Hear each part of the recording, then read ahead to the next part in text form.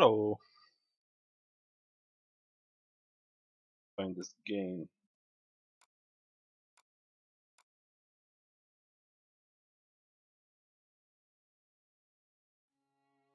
I like Twitch games. I got, I got this game for free on which had some giveaway or something, trying to promote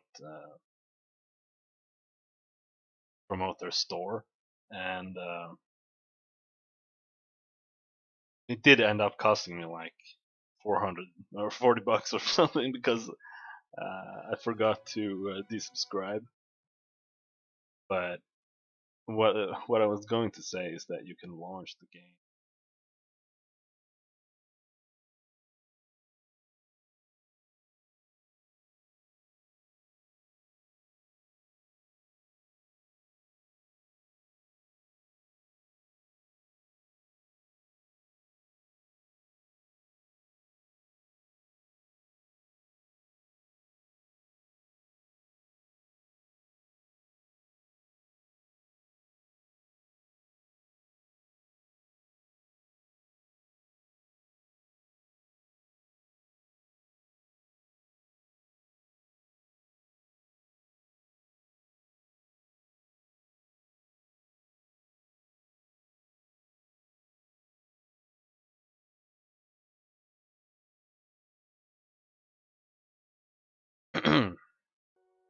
So let's continue.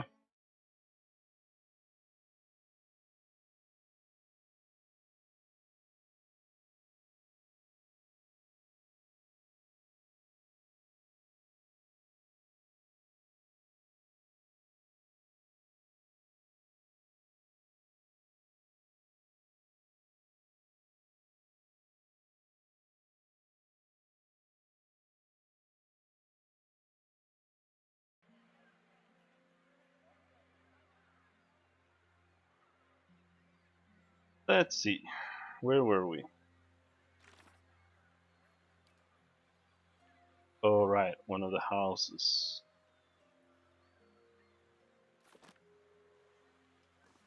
Well, we are next to House Domino, so we can at least go talk to them, I guess.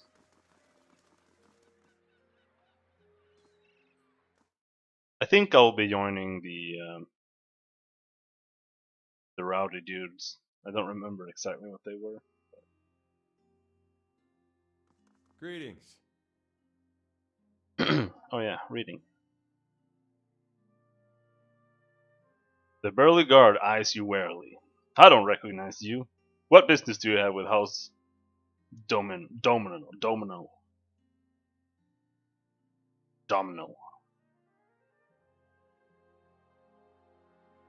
I'm just here to loot the place and kill anyone in my way.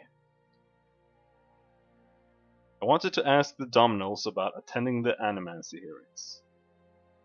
You'll be wanting to speak with Master Abercan about that then? Right this way.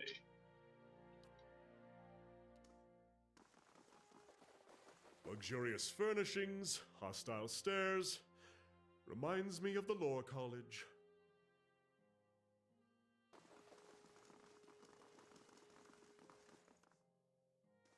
A young man leans against an expensive looking all glass cabinet. All glass. All glass cabinet.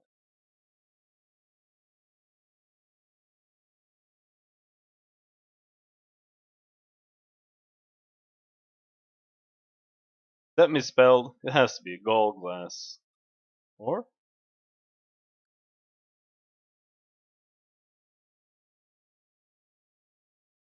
Get no hits on Google.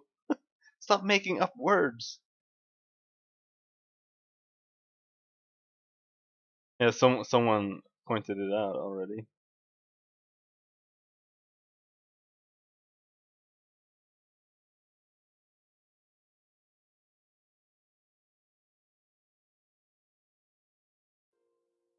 Looks to me more like a wine cabinet or something. have up here. I'm just gonna assume it's like a cabinet with glass doors. He holds a jeweled studded goblet in one hand and an ornate pistol in the other. He grins with wine-stained lips. Our doormen seem to think it important that you meet with me. Speak. What interest does House Domino have in the Duke's animacy hearings? Balance. The Duke's stuck between ignorant fanatics and power-hungry soldiers. But that's the way of things in Defiance Bay. We're just trying to see that neither group gains undue influence. He rubs his fingers together, and it doesn't hurt that there's profit to be made in discord.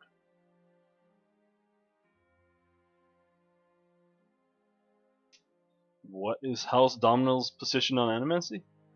He laughs. We don't have one.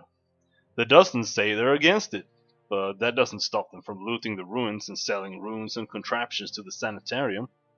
The Knights say they're for progress, but whose progress are they talking about? They're eyeing purse strings and positions here in Brackenbury, and word has it they've got a few pet animacy projects of their own. You can see why we're content to stay out of it. Tell me about the hearings? Fortunately, I haven't had to sit through them myself. I'm told they're much like any other meeting. Plenty of yelling and posturing, but little accomplished. And while the knights and dozens argue about something neither understands, they lose sight of the real problems. Glenfathens staring at our borders, the ever-present refugee crisis, and the Valians ready to leave us to our fate.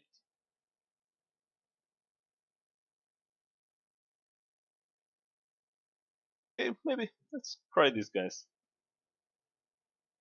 I need an invitation to the meeting at the Ducal Palace. The Ducal Palace. Sneers. And you want to worm your way into House Domino's good graces to get one, is that it?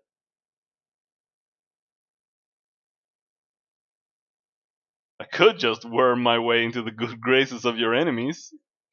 His eyes harden. Only someone very stupid or very brave would make that kind of threat in this house. I'm curious to find out which one you are. He smiles. One of my men planned a heist, and he passed the instructions to the thieves using my personal letterhead. These guys, I thought they were gonna be like nobles, but this is more like the fucking Thieves Guild. His face freezes in a scowl, bearing my initials. He breaks into a smile again, but his grip has tightened around his pistol. I need that letter. The thieves are holed up in a house in Copper Lane. Fetch the missive, and we'll see about finding you a place in House Domino. Hey man, how's it going?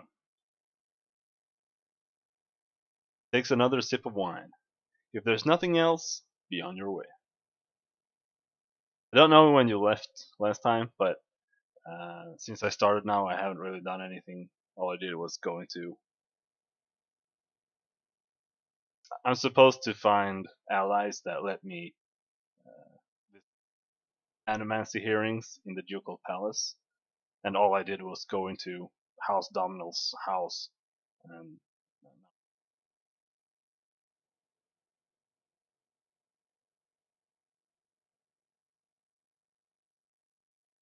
I have questions about the letter you want me to find.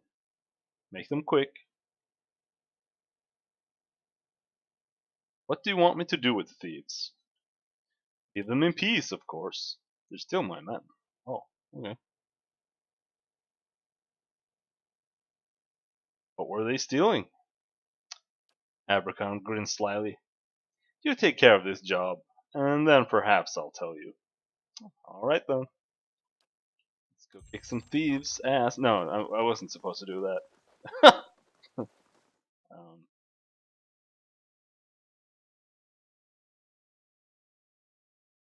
I think we'll go take a nap. In Tekoa, we have a memorial for the Saints' War. They say a Rawatai artillery master contributed to the Godhammer bomb. I wondered if... Of course. You want Rawatai to be a part of this history. Crow about how your people helped the Deerwood. Maybe your Ranganui lied, Amawa. On second thought, I'll ask Adair.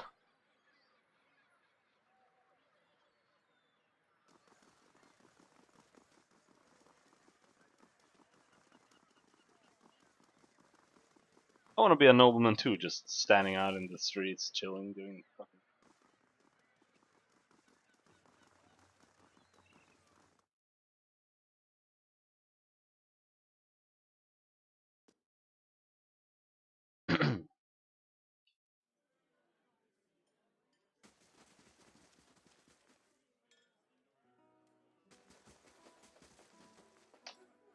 Down here.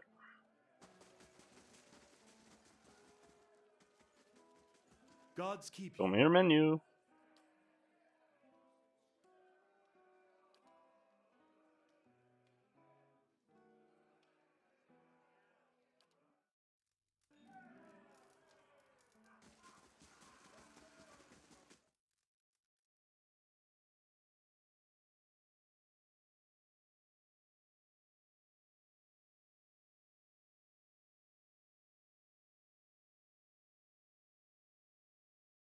And what? Implore him to curb his violent impulses? At the word of a heroic academic? You don't usually grace me with your flattery, priest. What merits this attention? All Rawatai's history is war, same as everyone. If only the world were led by soft-hearted giants who waste their muscles stroking their own quills. Oh, wouldn't that be grand? I'm content to remain a burr in your boots. But here, if you but stand on the docks, you can single-handedly ensure no one ever sails to the Deerwood again. And those guys are bickering. Upper lane.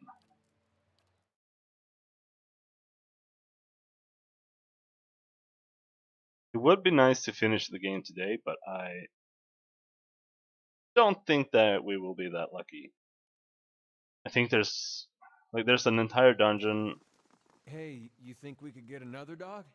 Keep this one company? Just a thought. And the last town takes some time, I think.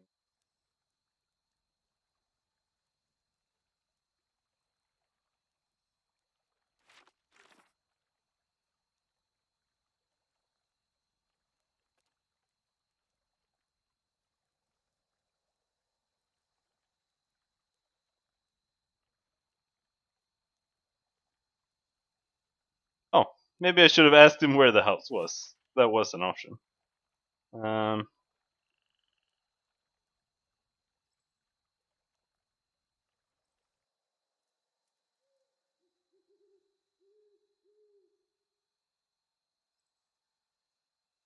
okay, fine. Let's go back.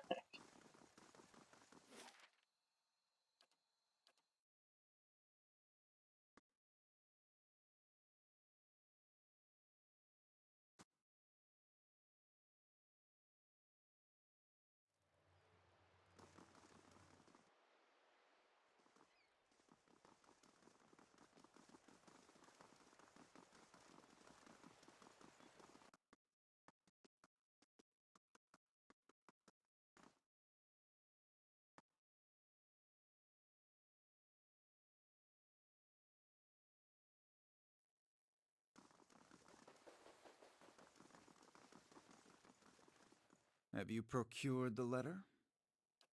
Where can I find these thieves? As I said, they're in Copper Lane. Their house is on the east end, near the expedition hall. Follow the stink of unwashed adventurers and the weeping of ruined spectators.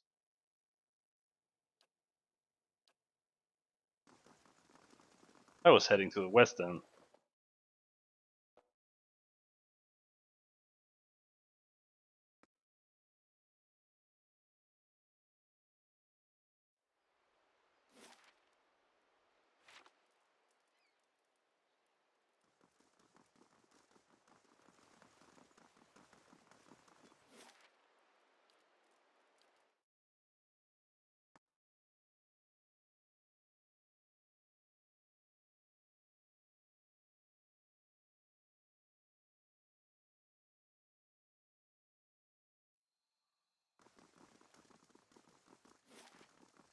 Here the administrator.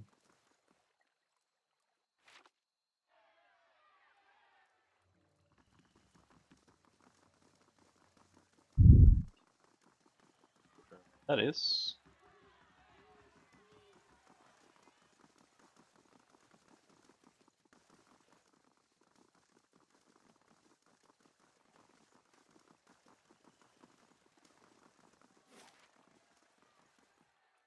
Or is this the east?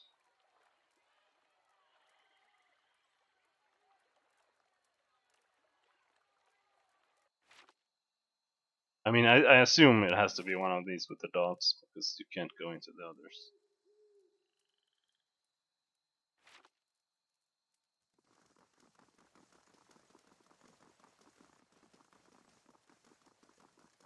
You can go in here.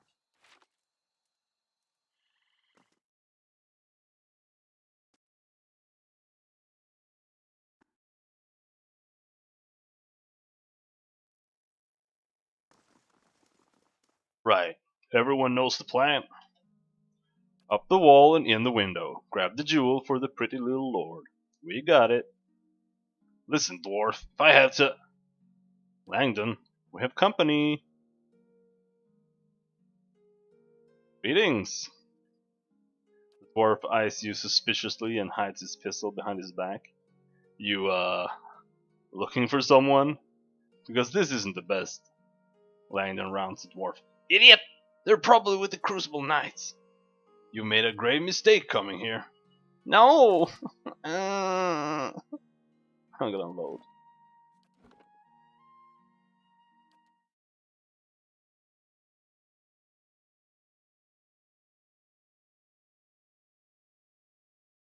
I actually don't like when they do that. Like,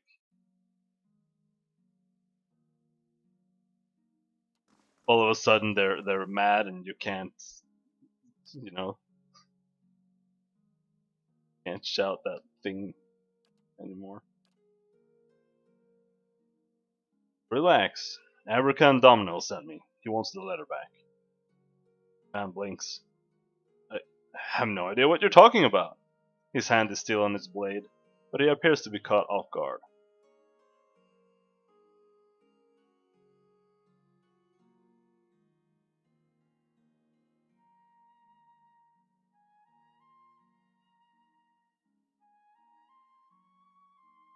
Like, I would pick the might option just because it's there, normally, but every single time I have picked these options in this game, they don't actually do anything positive. It's like, fuck you, trying to intimidate me?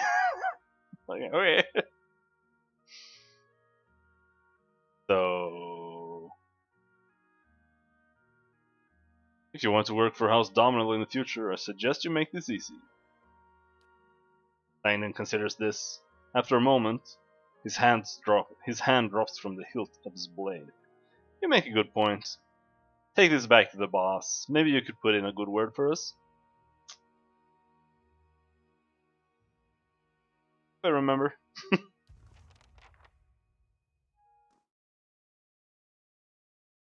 Like,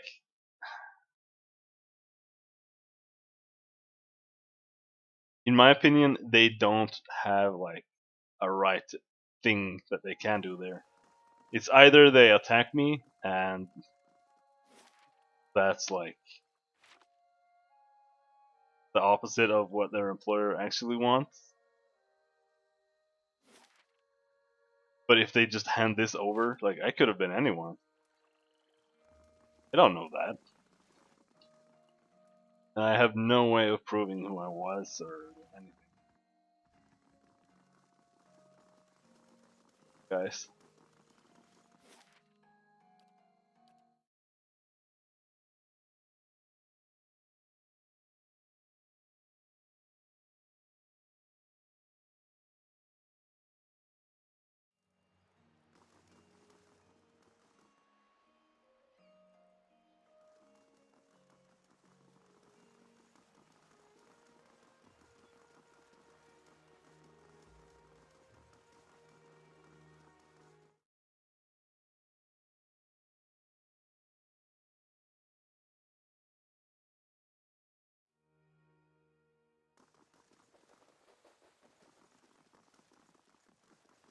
Have you procured the letter? Here it is.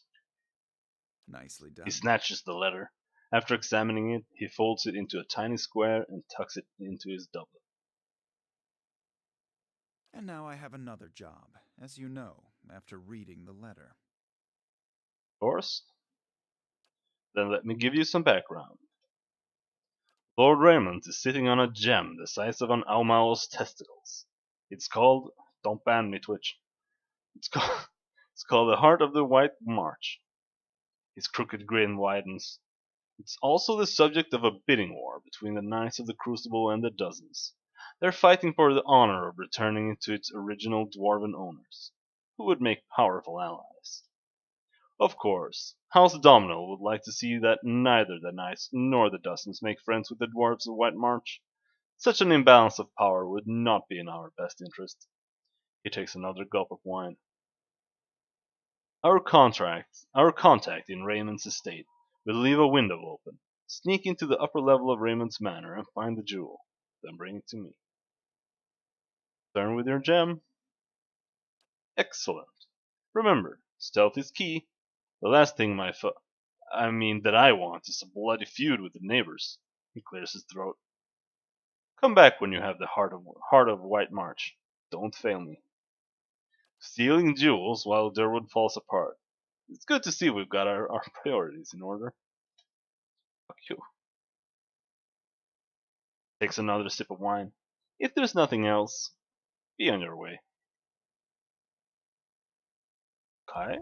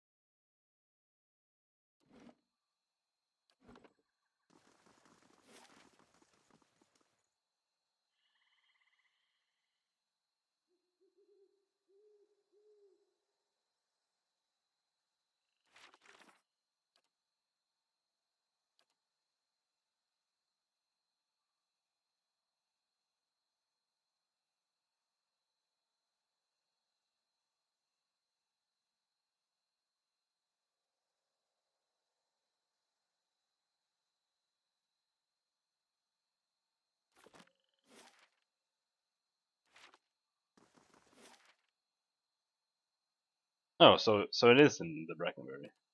I thought it was in the Copper Lane because they were in the Copper Lane.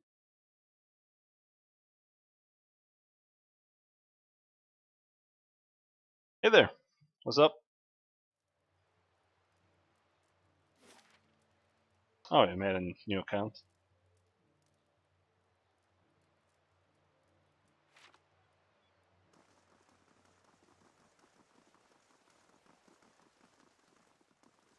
Okay.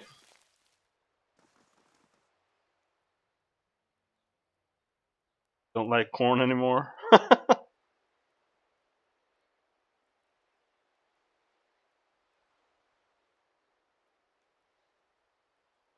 Test the vines. You give the vines a shake. They're thick and sturdy in your hands, but near the top they look flimsier. You might be able to make it to the top if you're quick. Alright.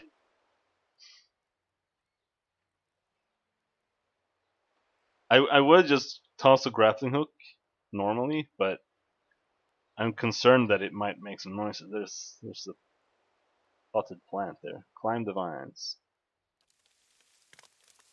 Begin to ascend. As you rise, you feel the vines begin to give way beneath your weight. You attempt to scramble up the wall, pushing your limbs as fast as they will move. The vines crumple to the ground while you struggle for purchase. You return to the bottom, exhausted.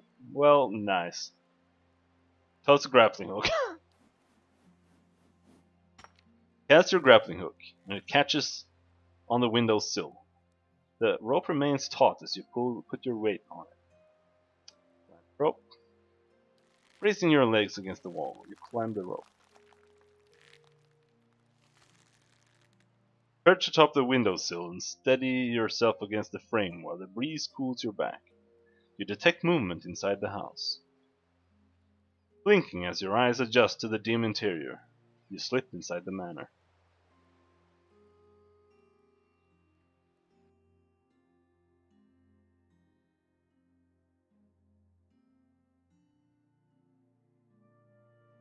Keeping an eye out. Sneaky.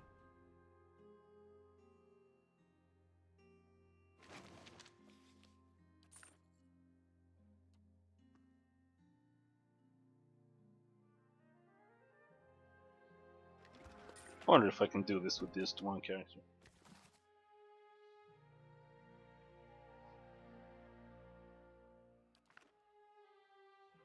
Minor fatigue. Oh damn.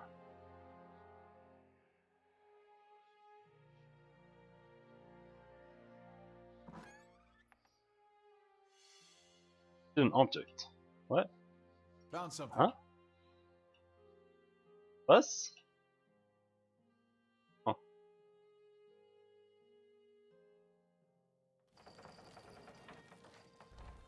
Whoa! Oh!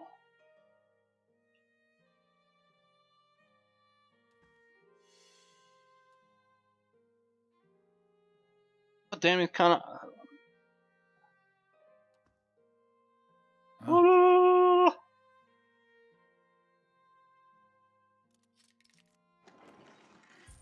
I've got it. Finished. Shield. Hard.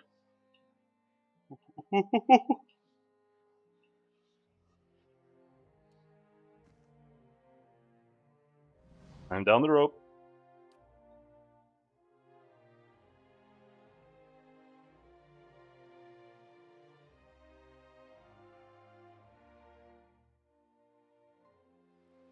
Did it.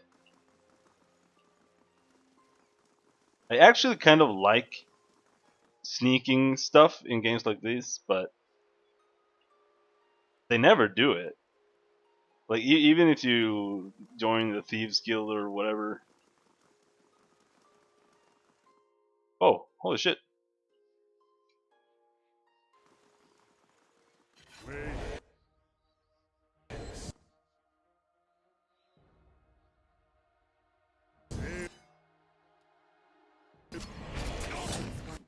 Who did I turn this quest into?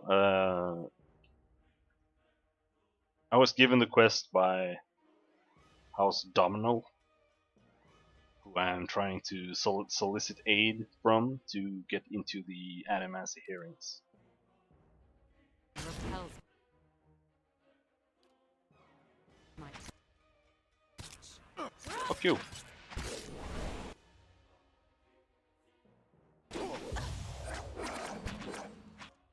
Got him.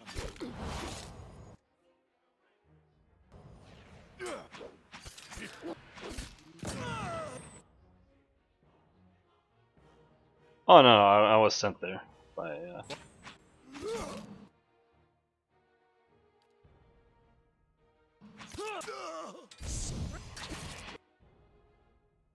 The Indeed. character is a rogue, but he's not a robber unless it's necessary. Lob. Let's got him.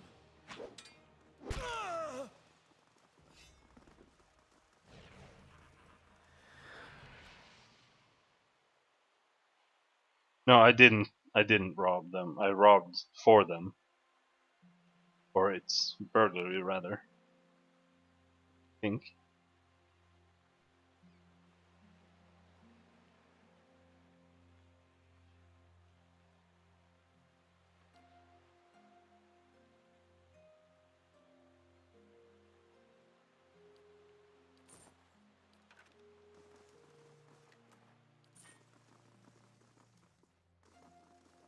We were literally just robbing his neighbor.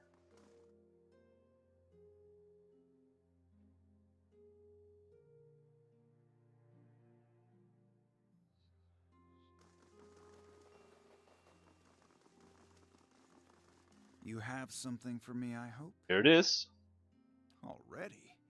And without so much as a sneeze from the guards next door. Very discreet indeed. This should keep the knights and the dozens in their place. A rare prize indeed. Take this. You've earned it. My father, Gedmar, will be pleased to learn that I've acquired such a gem. And an ally. Go and speak with him upstairs. He's been looking for someone with your skill.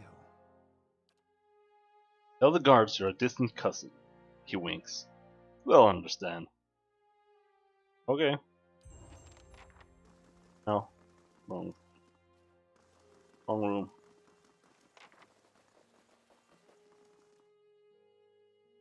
Still losing stuff to bandits.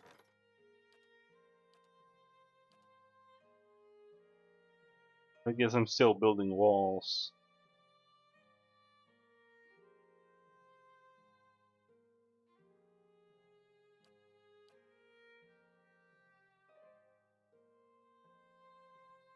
And this, the dungeon, will allow you to take prisoners during your travels.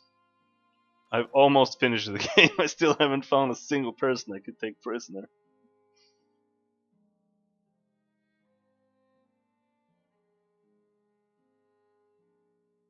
Again, that's the problem with this game. Like, it has a lot of promise, but it just cuts too many corners. Yeah, I think I'm still in Act 2, but like, there's not that much left.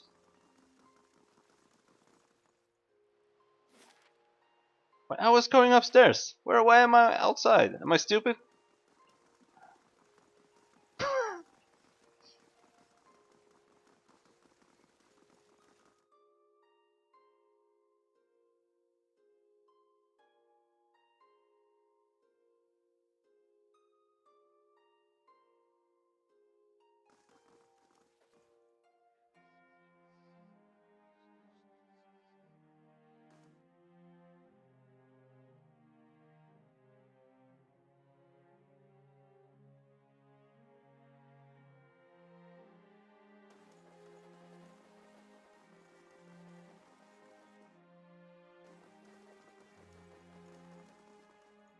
Where are you?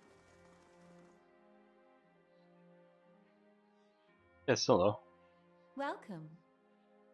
The woman must be well into middle age, but there isn't a line on her face. Her large green eyes are watchful behind a curtain of glossy black hair. She studies you. I don't believe we've met. I'd remember you. Yeah, I do have a prison, that's the thing, or the dungeon. What do you do here? She looks you up and down. Let's just say I'm a merchant. I handle the trade of certain goods that my enterprising children and husband happen across. But I only trade with special friends, and if you want that kind of relationship, you'd have to do a little something for me. What kind of favor did you have in mind? She crosses her arms and watches you out of the corner of her eyes. There's a certain someone who may or may not be named Kolfek. That's not a real name. Oh, is that it? Oh, yeah, that sounds really. Yeah, the whole stronghold thing just fell flat. Kolfek. Yes, he's insulted me. I'd like you to make an example out of him. Just what do you want me to do with him? I'd hate to stifle your imagination. She wrinkles her nose with a quick smirk. Just see that you teach him a lesson he won't soon forget. Mm, I suppose I could help. That's the spirit, she winks. I know that little runt holds up somewhere in Andra's gift. Once you've taken care of him, come back to me. I've got some stocks that are reserved for special friends. Okay, so where's the daddy?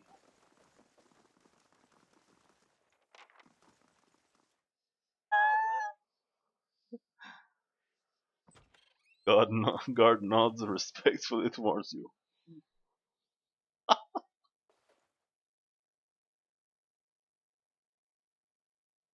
Lord Gedmar Dominal is a man of presence. He wears finery in the style of Edir nobility, yet there are scars across his knuckles and burns on his neck that few highborn bear. My son mentioned that you're in need of an invitation to the palace hearings. I can provide that, as well as advancement in my house, in exchange for your capable service. I believe we can work out an arrangement. However, you must understand that such an arrangement will no doubt put you in opposition to the Knights of the Crucible, and to a lesser degree, the Dozens.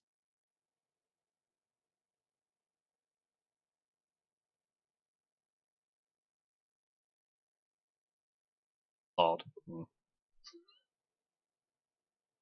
I don't mind ruffling a few feathers, as Abrakan can tell you. Don't get cocky.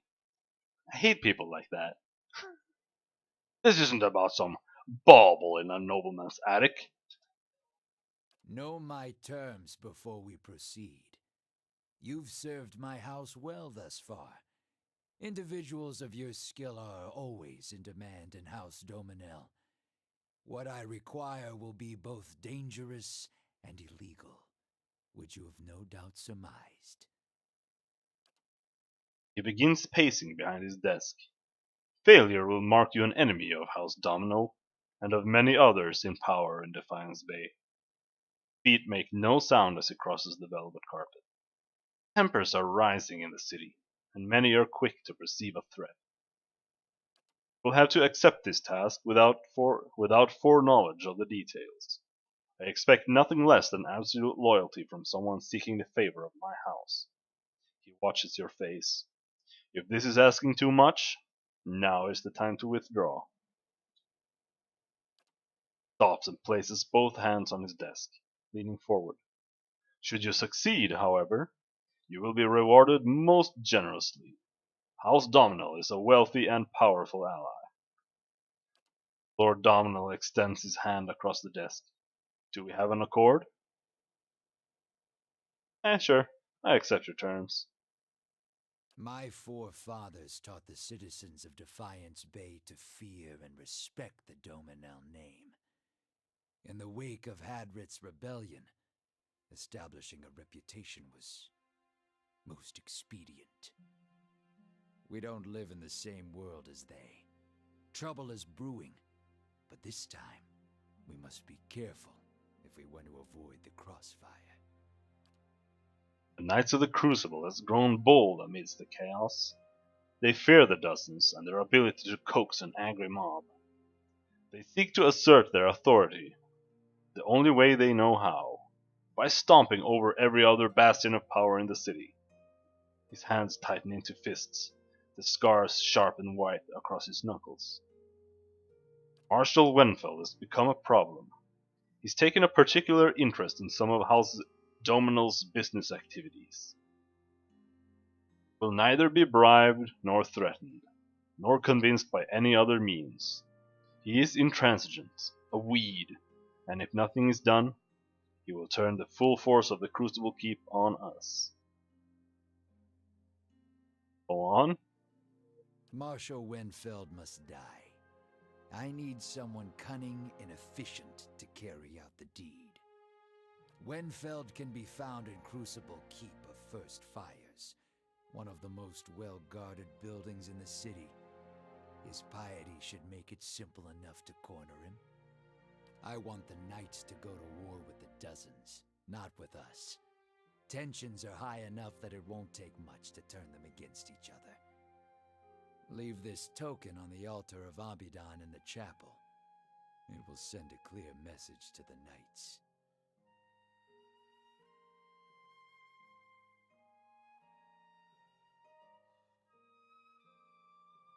Shall be done. Surely it wouldn't take an assassination to set them at each other's throats. Perhaps a sternly worded letter. Kana sighs. We're going to spend the rest of our lives in the dungeons at this rate.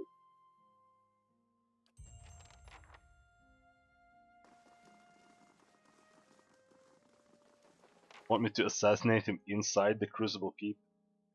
Alright, just let's waltz in with 6 dudes and... I heard about your new assignment. I also heard that my father asked you to make sure the dozens take the fall. Don't. My father's a shrewd businessman, but he's too cautious. Defiance Bay used to respect us. House Dominel needs that respect again if we're going to survive the coming changes. Don't plant the token. Fuck you!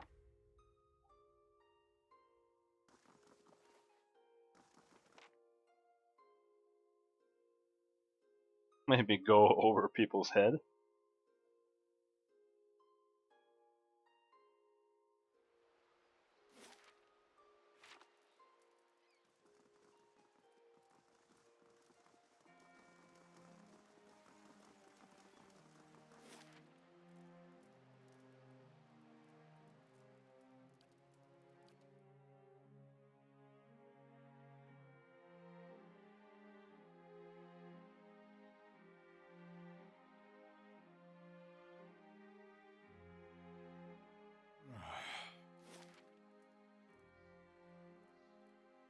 Fine, I guess we should have rested. We got tired trying to climb. Trying to climb that, those vines. That was too much. Minus 10 accuracy is quite a bit, and I don't want that.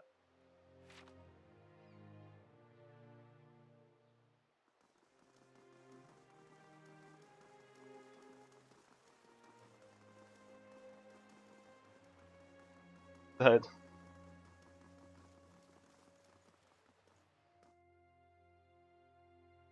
Yeah, well, you never know. Maybe he did suicide himself by getting a great sword stuck through his back.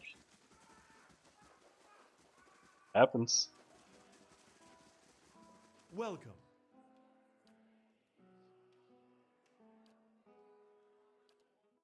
I'm sorry if I was a little tactless before, about your being a watcher. I didn't really understand what was involved. Is it hard, hearing the spirits all the time? You're asking if I've cracked yet. You seem sane enough for our purposes, kinda grins. And in any case, we'll find a solution long before Merwald's curse sets in. You have my word on that. Oh, no shit. Merwald was a watcher for like ages, I think. Crazy. He had time to rebuild the entire stronghold and let it fall into collapse. So I can't say I'm too worried about that bit.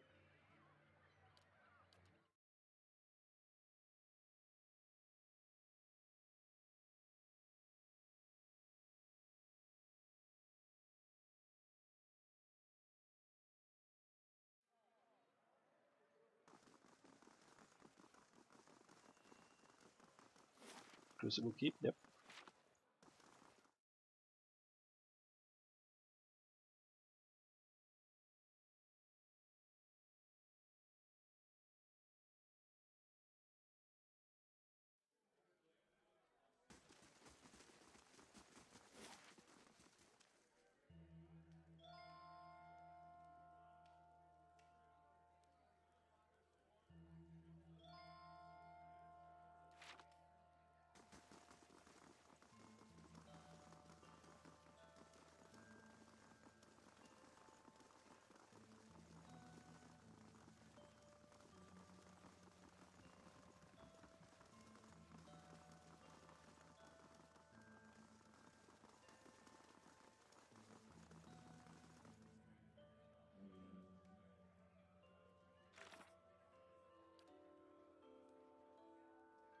Eldred Winfield.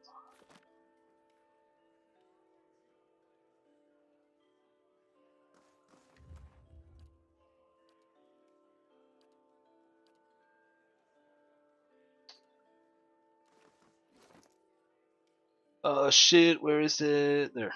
Okay.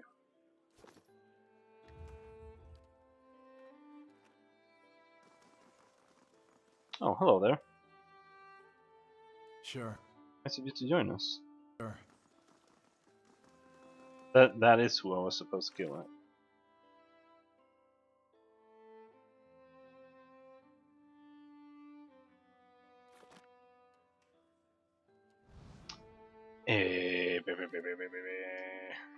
Huh? Oh shit. No, we're not doing anything. Beat it.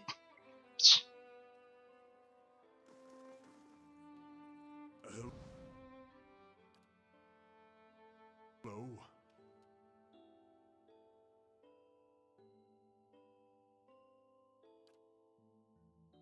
Let's do the line.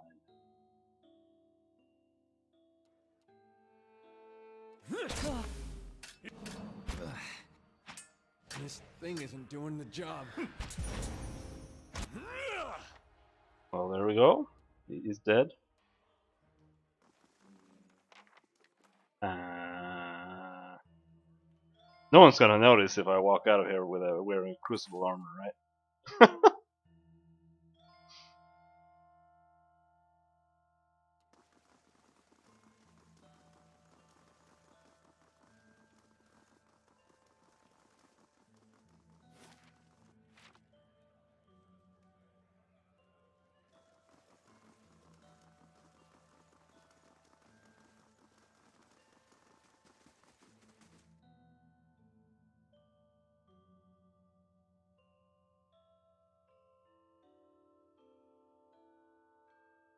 If this was an older game, I would have been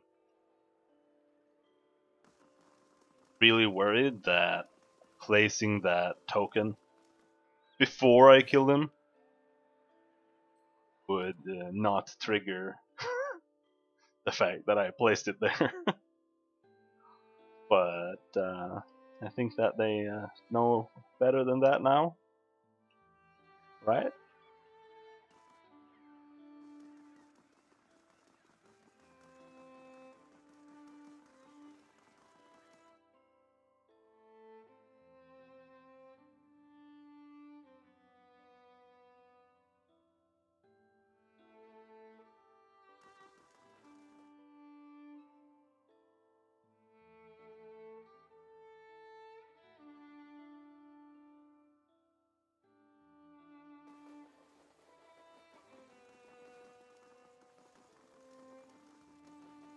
Well done indeed. My contacts in the city already tell me of violent plots between the Crucible Knights and the Dozens. While they distract each other, we'll seize new opportunities for profit and influence. No one will be watching us, and no one will stop us. Seem to have misjudged you. Individuals of your ferocity are rare and valued in my house. Merciless hand. Pretty sure I've seen lots of ferocious people in this house. Let it not be said that I neglect my friends.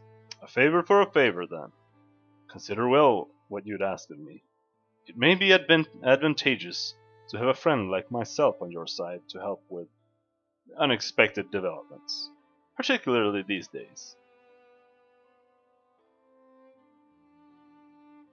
I need an invitation to the meeting at the Ducal Palace. You shall have it. He lays a hand on your shoulder.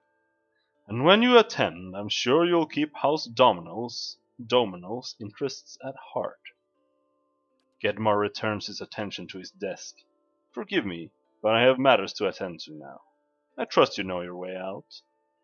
Alrighty. Let's see how pissed his son is.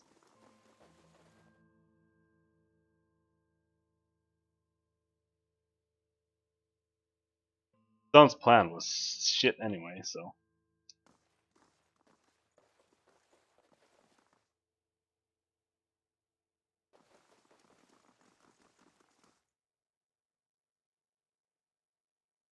Hey, he wasn't that angry. At all. In fact, he didn't have anything to say.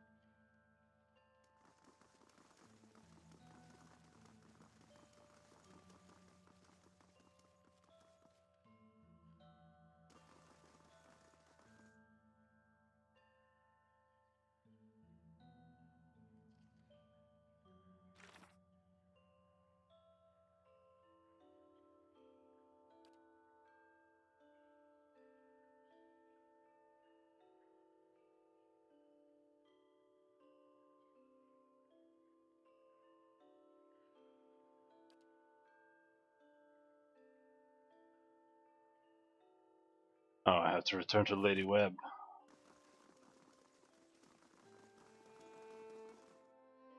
But first, let's return to Kednua, because there's some update there about something something.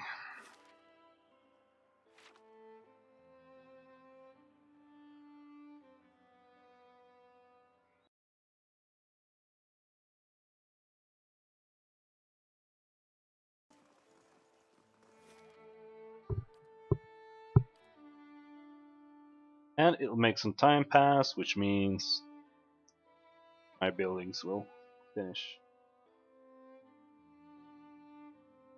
Not that I will utilize them much at all. It's very nice. We're not sleeping. You're gonna over say here, that are every we? time.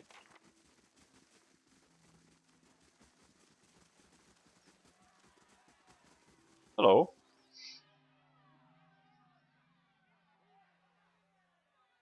I wouldn't pay, so they set my crops on fire. When my boy tried to stop him, they knocked him over the head. He's alive, but he can't think straight no more. Your boy got lucky. My guards, good men both, got put to the sword after they'd surrendered. I paid those thugs what they wanted, but they still took everything I had. There he is. Can I help you people with something? We don't need help. We just want you to leave us alone. We want justice. Go on. You sent your men to my farm to collect the crop tax, saying we was overdue. For me, it was a road toll. I've been traveling up and down this way for years. This was the first I've heard of such a thing.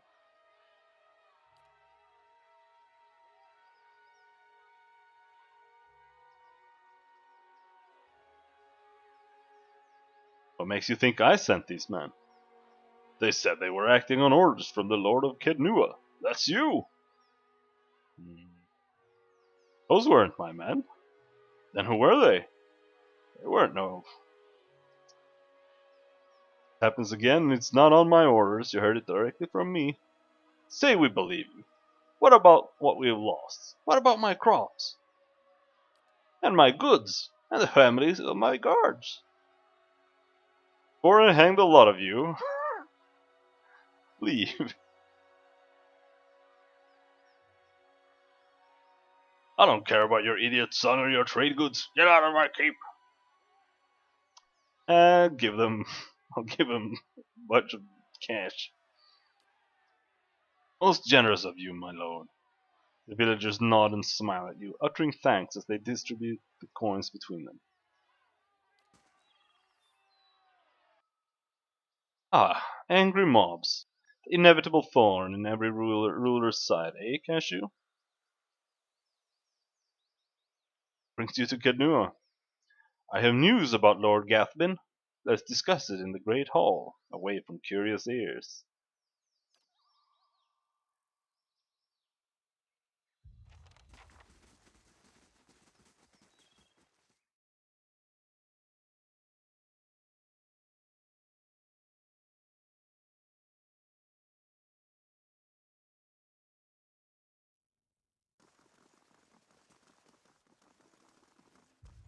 Cashew?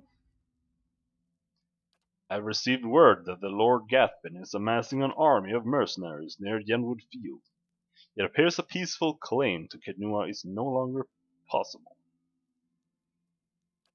The Earl has sent me to aid you in forming your own force to counter this threat. I'm here in an adversary role only, of course. The Earl won't officially take sides in this dispute. I haven't done this before, actually. Why won't the Earl officially legitimize my claim?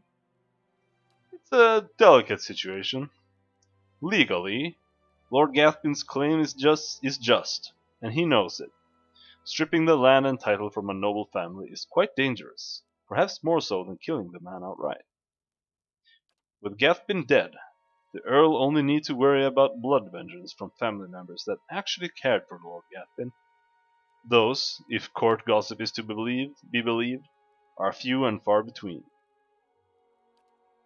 Losing a family claim to land and title, though, Such dispute incite hatred from the entire clan and their political allies, not to mention the unease it causes amongst the other nobles.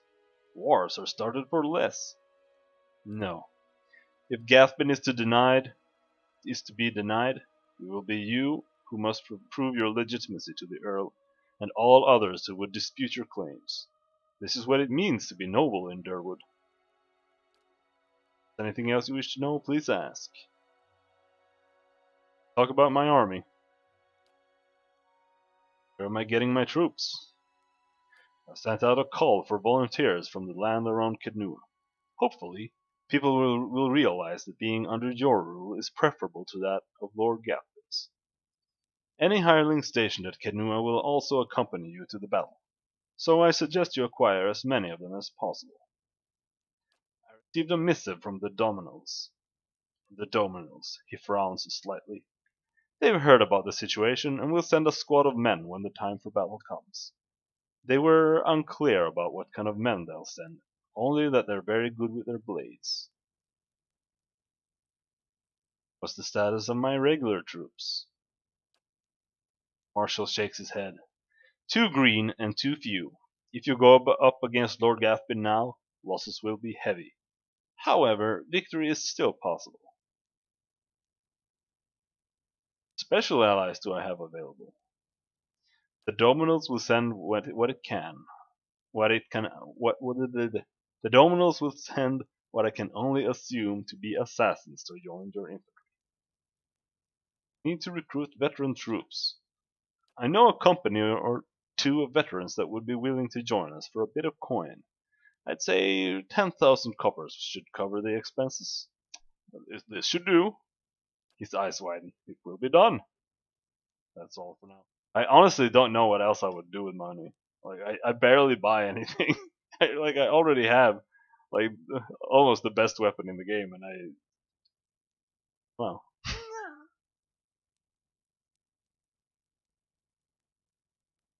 How much time do I have? Enough. His rumored Lord Gathbin will suffer a series of unfortunate and completely unforeseeable setbacks before his army is complete. He grins and winks. Still, I'd not tarry long.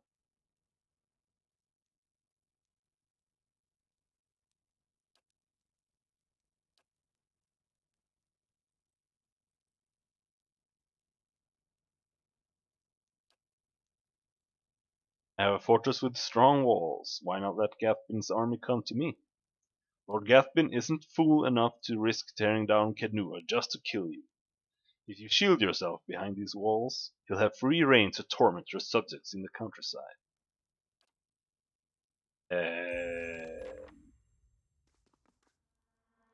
I trust all Blah in blah blah blah.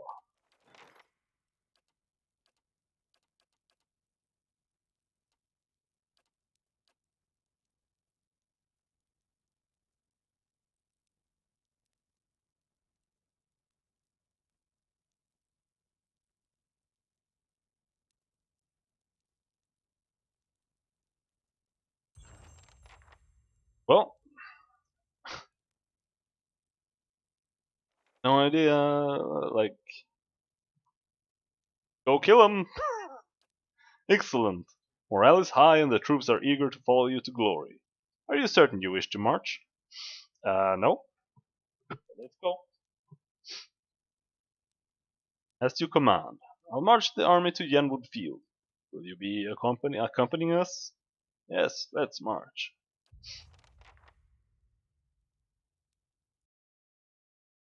Even before he's like level 5 levels higher than me and just kills everyone.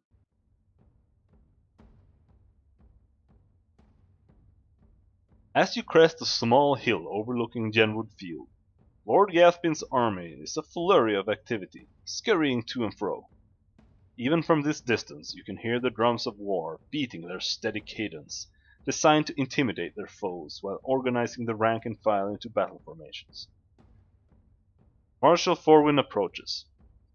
You've arrived just in time. Lord Gathbin's forces are beginning to move. An attack is imminent. Inspect your forces. Local militia constitutes the majority of the army, but veteran soldiers have organized their ranks and walk among the young, unseasoned warriors, offering advice or the occasional joke.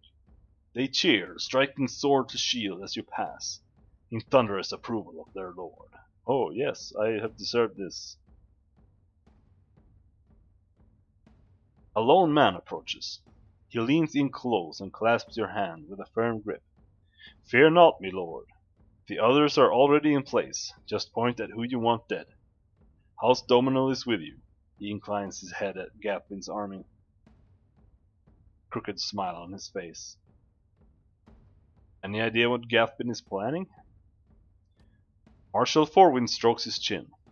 His ultimate objective is to face you in battle and to be seen defeating you. I doubt he is foolish enough to challenge you to single combat, of course. Sound the horn, Lord Marshal Forwin. It's time to finish this. Marshal Forwin begins barking orders, and your troops quickly form up. Gathwin's army follows suit as Aduran war drums echo across the field. Within a few moments, the Marshal raises a brass horn in the visage of a mighty boar to his lips. He looks at you expectantly.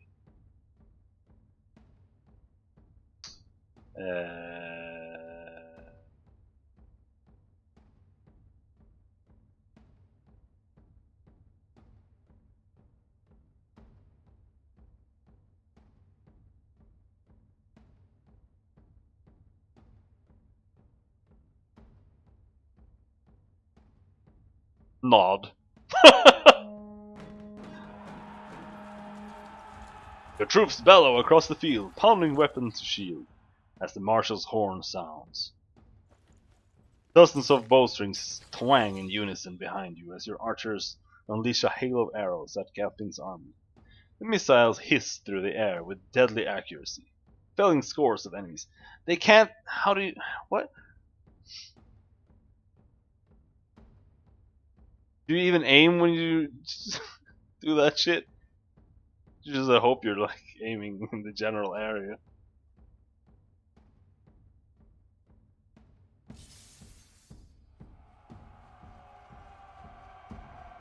In a bold move, Gathwin points his sword towards your position, giving an unheard order. His infantry, shields raised, charge the field.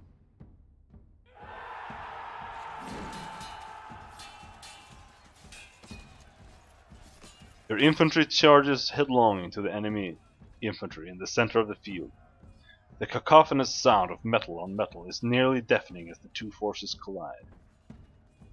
The fighting is fierce, and the screams of the dying numerous.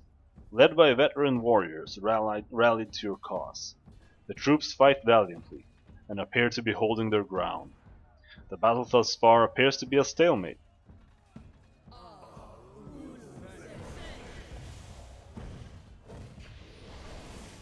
Then, a group of Aduran battle mages emerges from behind the enemy lines. They begin weaving their hands in unison with practiced precision. Suddenly, waves of arcane fire erupt among your troops. The acrid smell of smoke and burning flesh is nearly overwhelming. From the left flank, a unit of Rauatai berserkers, clad in plate armor and wielding greatswords, begin to collapse the left side of the line. The ground is thick with the dead as they press their advantage.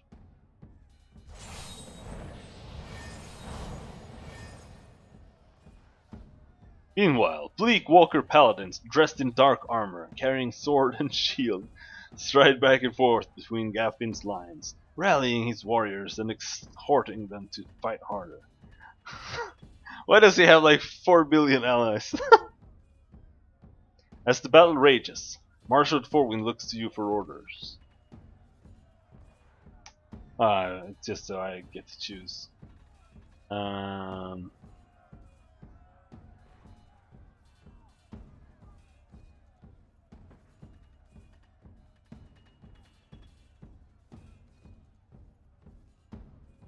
Need to deal with those battle mages. Send the signal to the Dominal Saboteurs.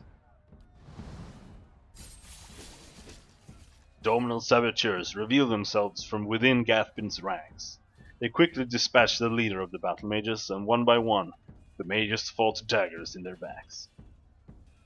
As the battle rages, Marshal Forwin looks to you for orders. Bleak walkers, now take out the berserkers!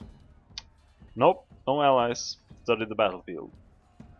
Your troops fight bravely and your lines are holding for the moment. Gathbin's army is slowly pushing you back and casualties are mounting. Defeat is likely. Everyone on me! Charge!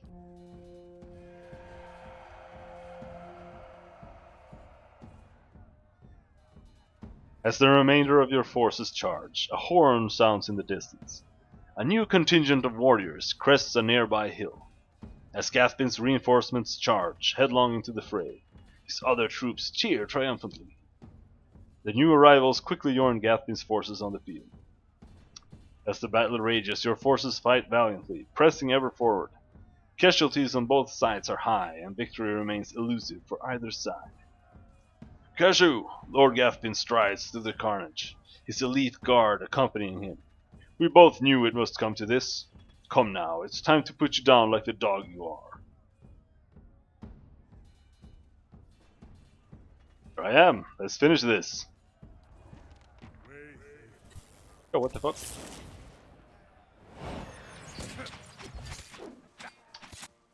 Okie dokie.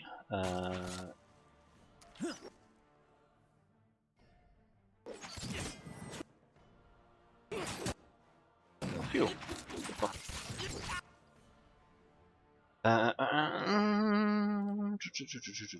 Indeed.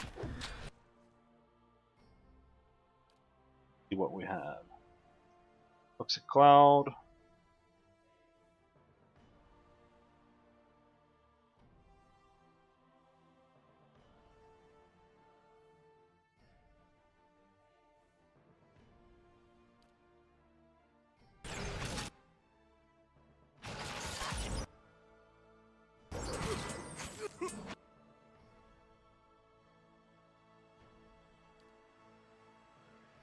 Jesus Christ, my god.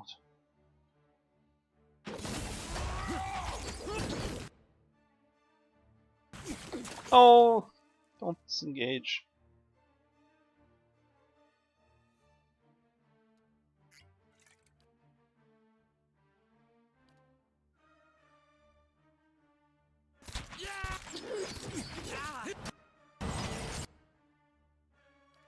This is a massive clusterfuck.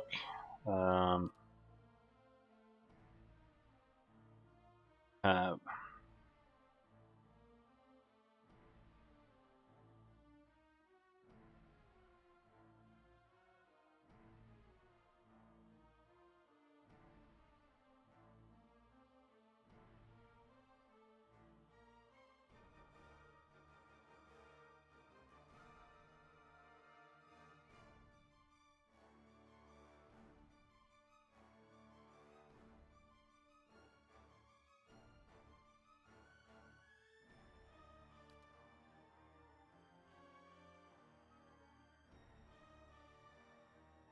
miles in.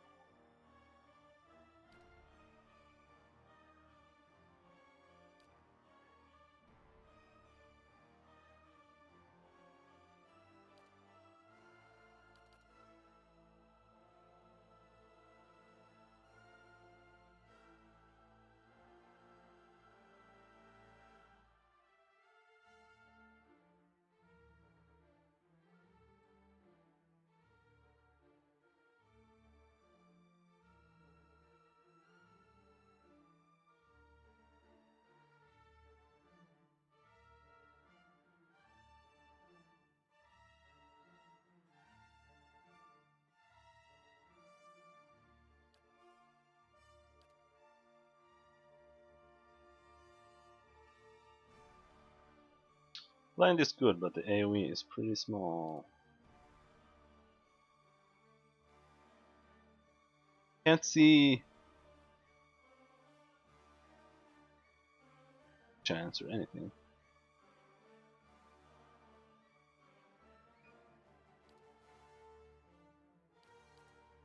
It's there? Oh no.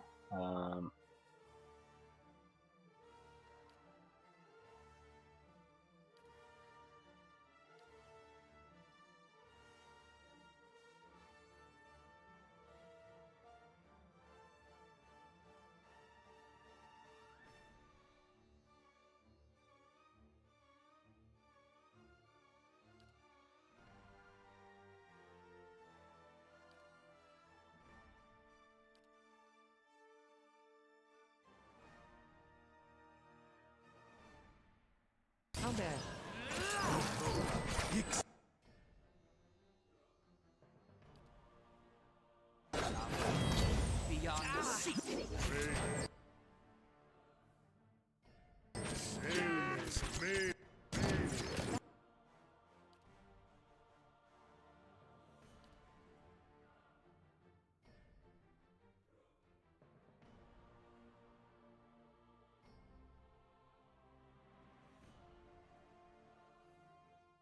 No, let's just nuke them hard with AoEs.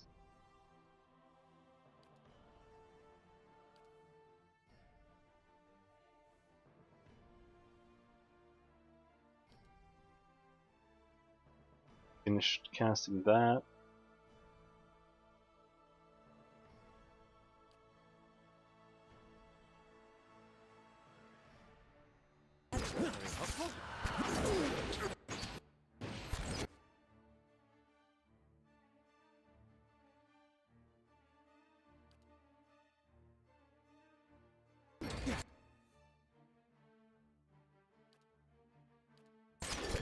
Ouchies! Fuck are you now?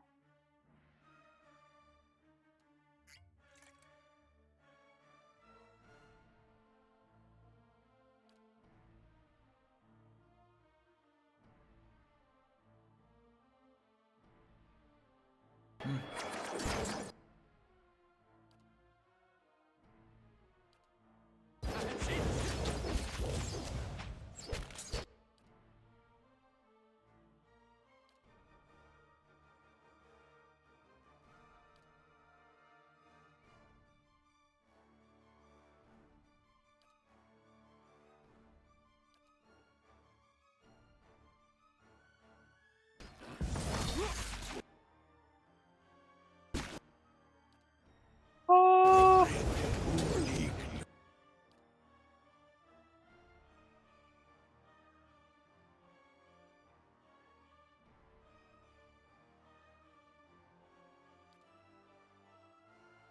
There possibly be more enemies. Oh yes, there could. There's like a billion of them over there.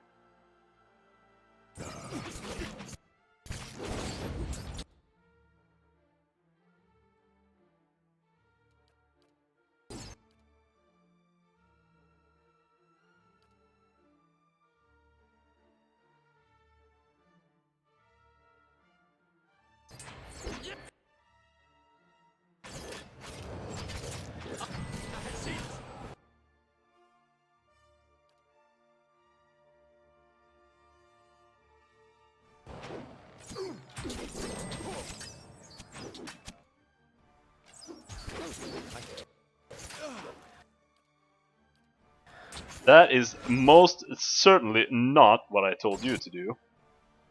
But he did use his deflection bonus thing.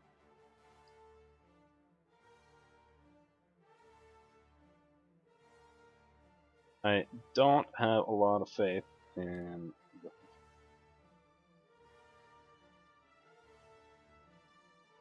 To be honest.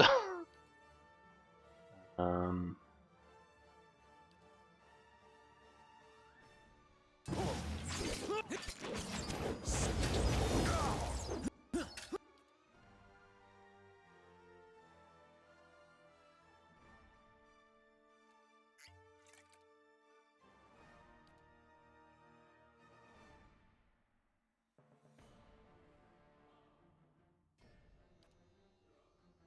Where is he? Oh, I'm running around somewhere. Lord Gathrin, there is.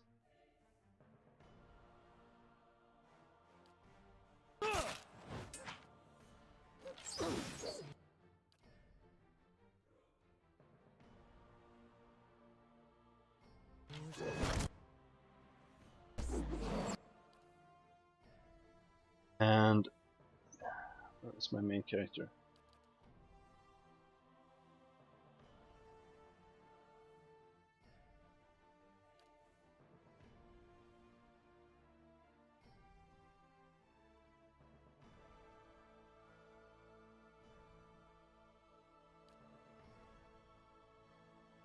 Not doing anything.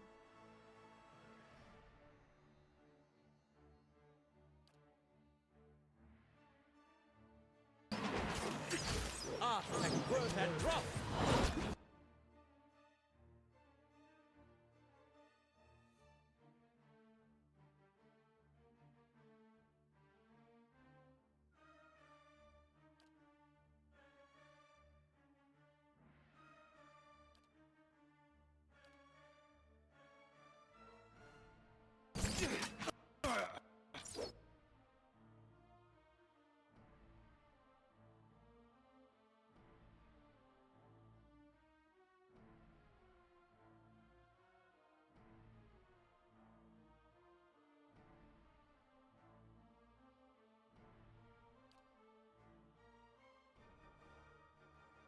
Moe, easy, Anna.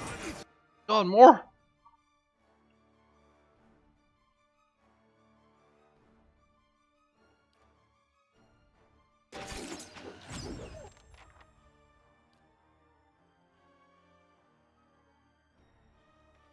Then let's try to pick someone with a little low HP off. Moe,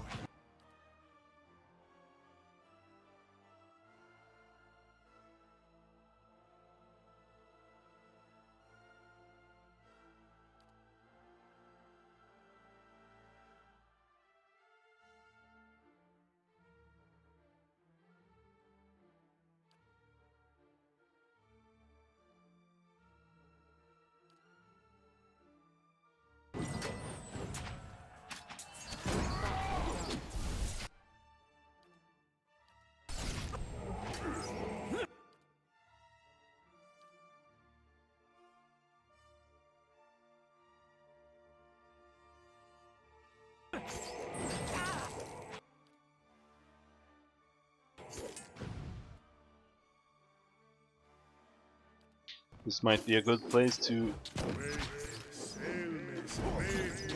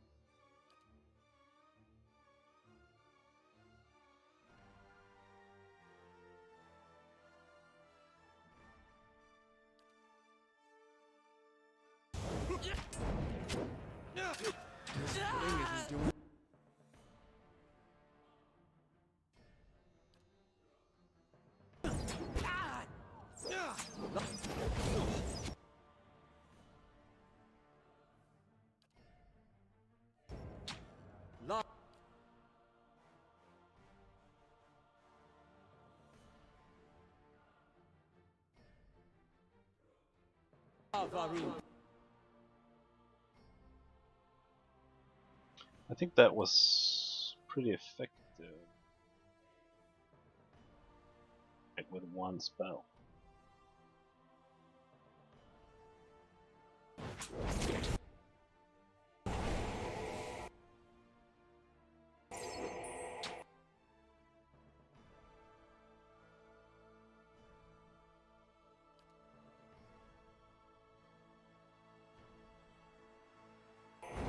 Stop.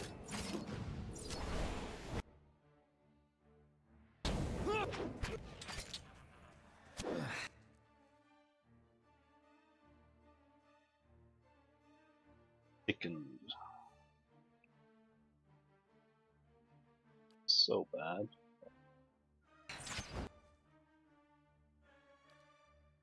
Almost dead.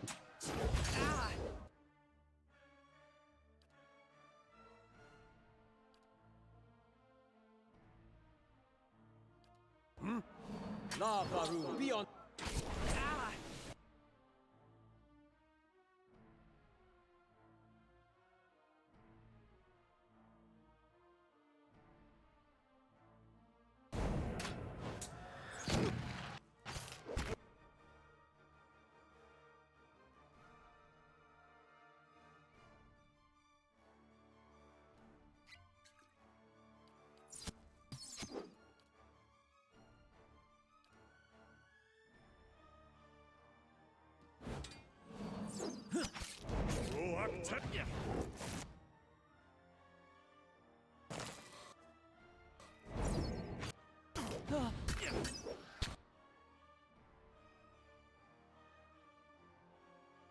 He's dead, so now we just need to pick off all the idiots.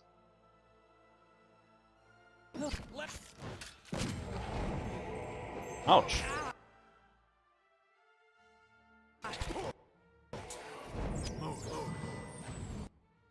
Out of knockdowns, out of spells, not out of these.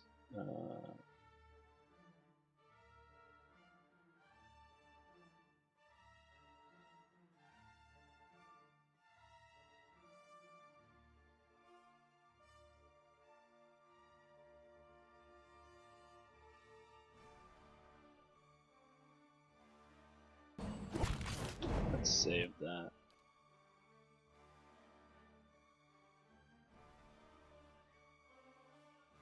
Summon more skeletons. Thoughts were dull.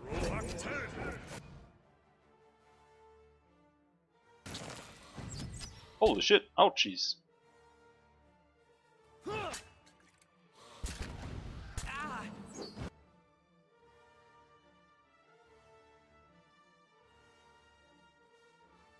Oh wow.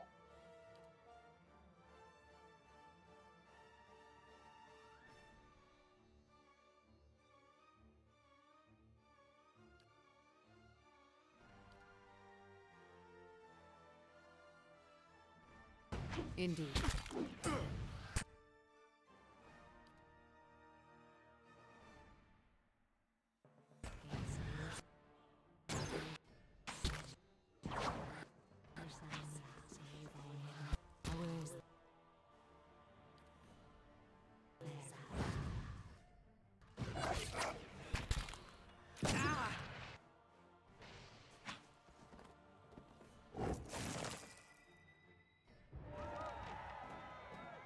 Lord Gathpin lies dead before you, his army scattered. Bloody and exhausted, your remaining troops look to you, sword raised high in victory, chanting your name. Cashew! Cashew! Cashew!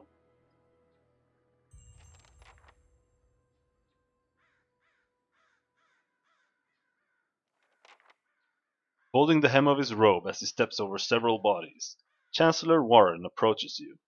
Although his face is pale, and he looks as if he will be sick at any moment, he forces a smile. Lord Cashew, while I'm grateful this dispute is finally over, it's regrettable to say so many lives were lost in the process. Gathpin should have just been reasonable from the start. He gags involuntarily as his silk boot brushes against the severed head. In any event, as the legal arbiter of Earl Batamar, I'm here to inform you that you've been declared a Thane of the Durwood, and Kednua has been recognized as your domain. It shall forever be thus, and will pass down to any descendants you may have in the future. Of course, now that your claim has been upheld, you are expected to forward a small portion of any taxes you collect to your rightful lord, Earl Batamar.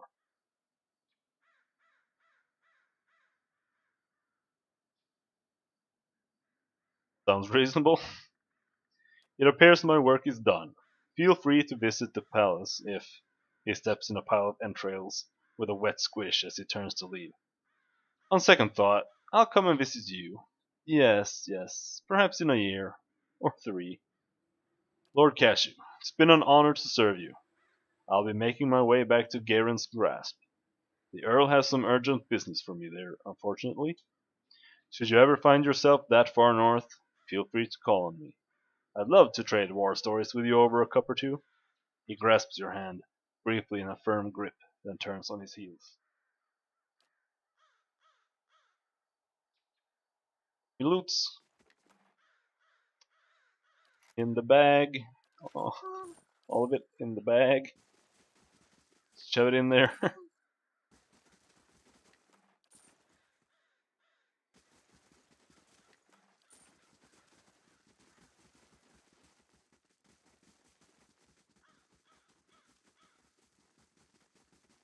Okie dokie. Well, that went pretty well, I would say.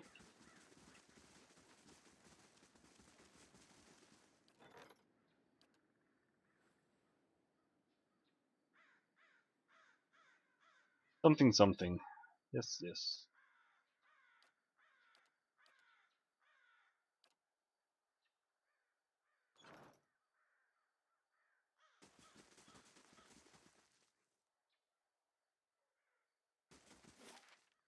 Back to Kidnur.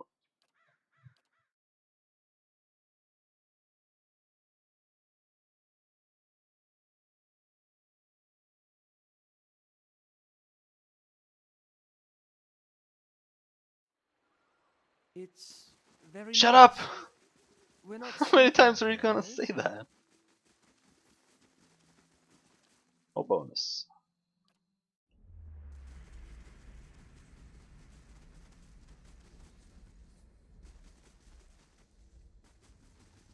And, well, I don't think there's much more to do here.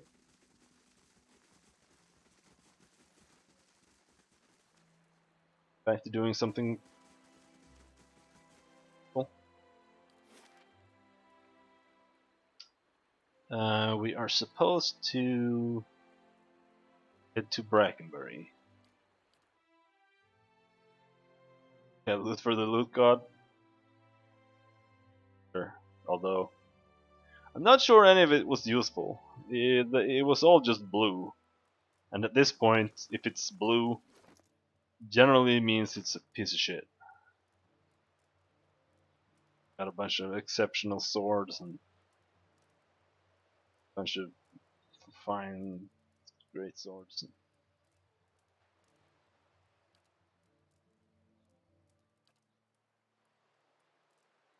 Nothing really worthwhile. There we have something. Lord's authority. Eh, someone might be able to.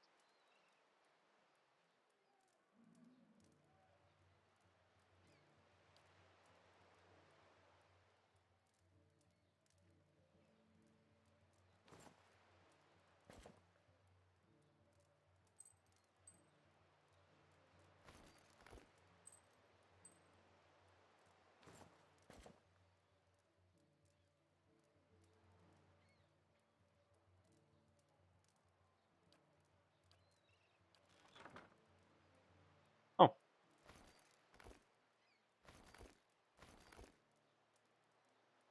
might. I want more strength there, yes. I think. Yep. Dexterity, where do we put that? Here, maybe. Or light endurance.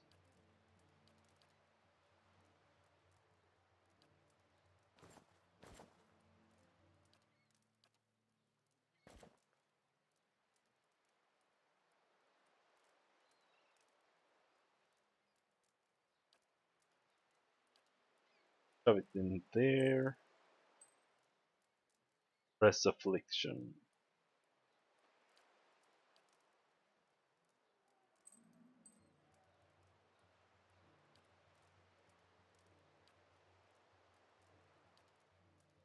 Oh, this is just a better quote.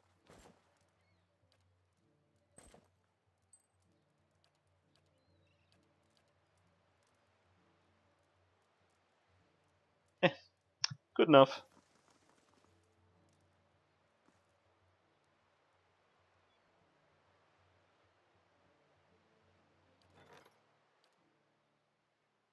Now we can finally start building.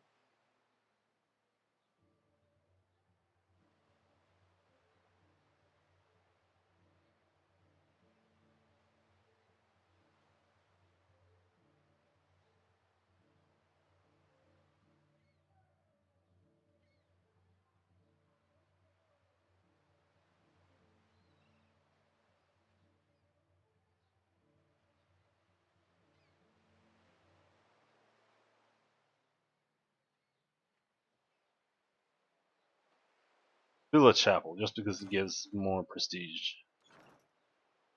Which means more money, I think.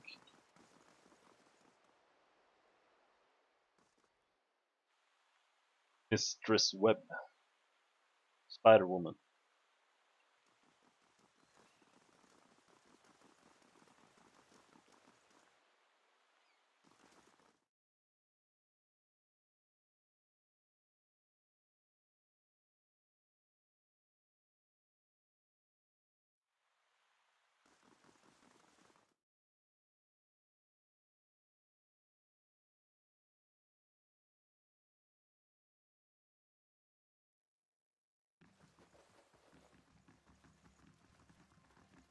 How fares your search?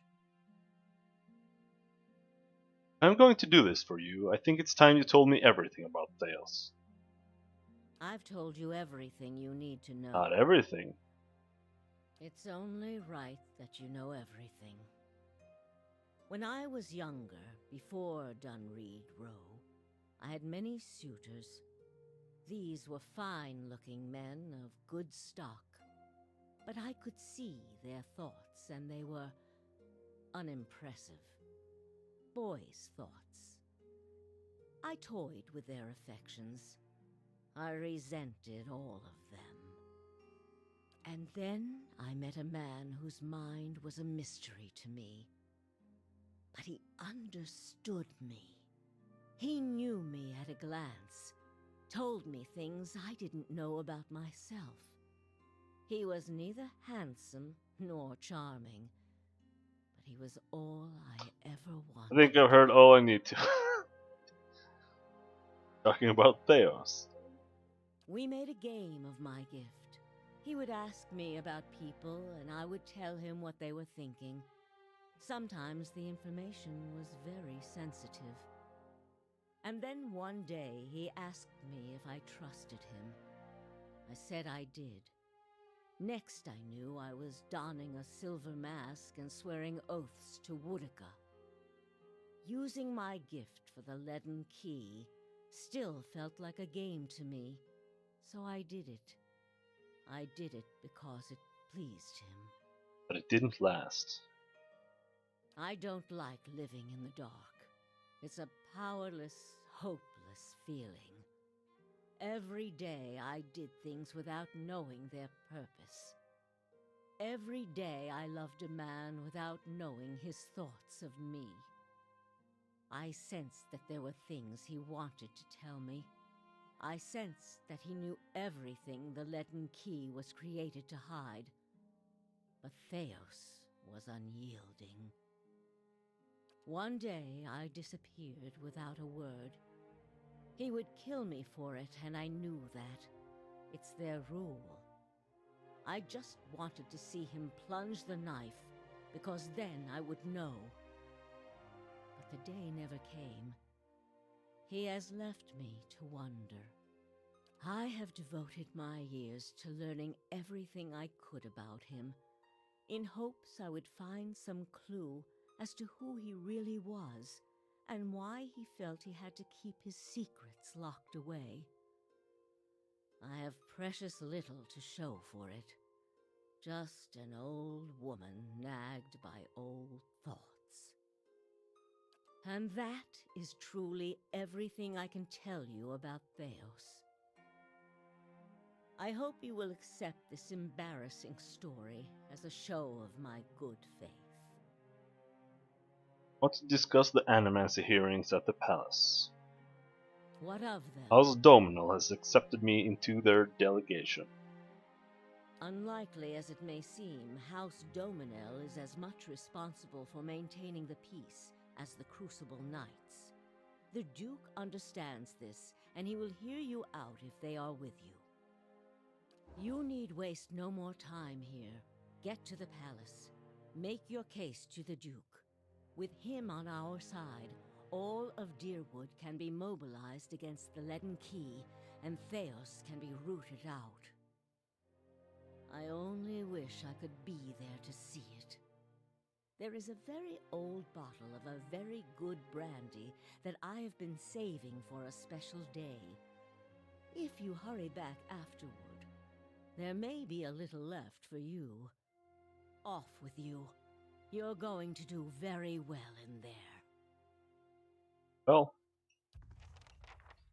level up? Jesus Christ.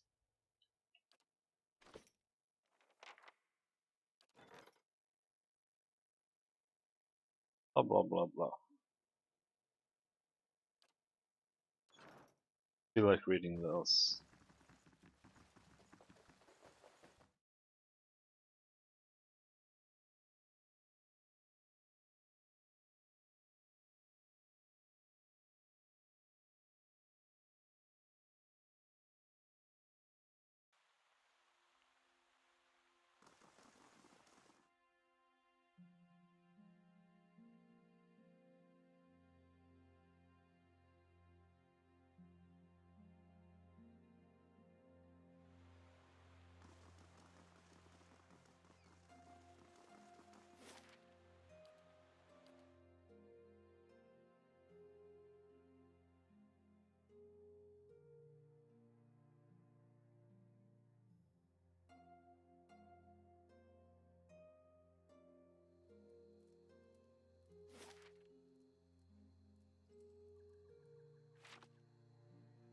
Finally.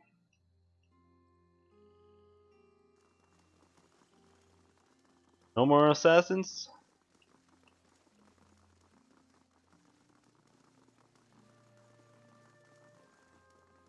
First, in case I fuck something up.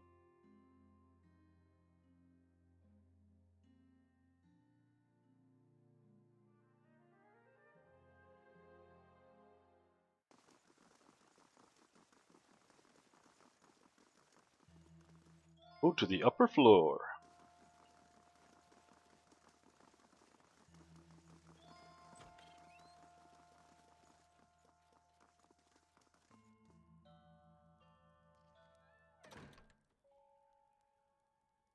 Room below is animated amidst a heated debate. They've been debating this for like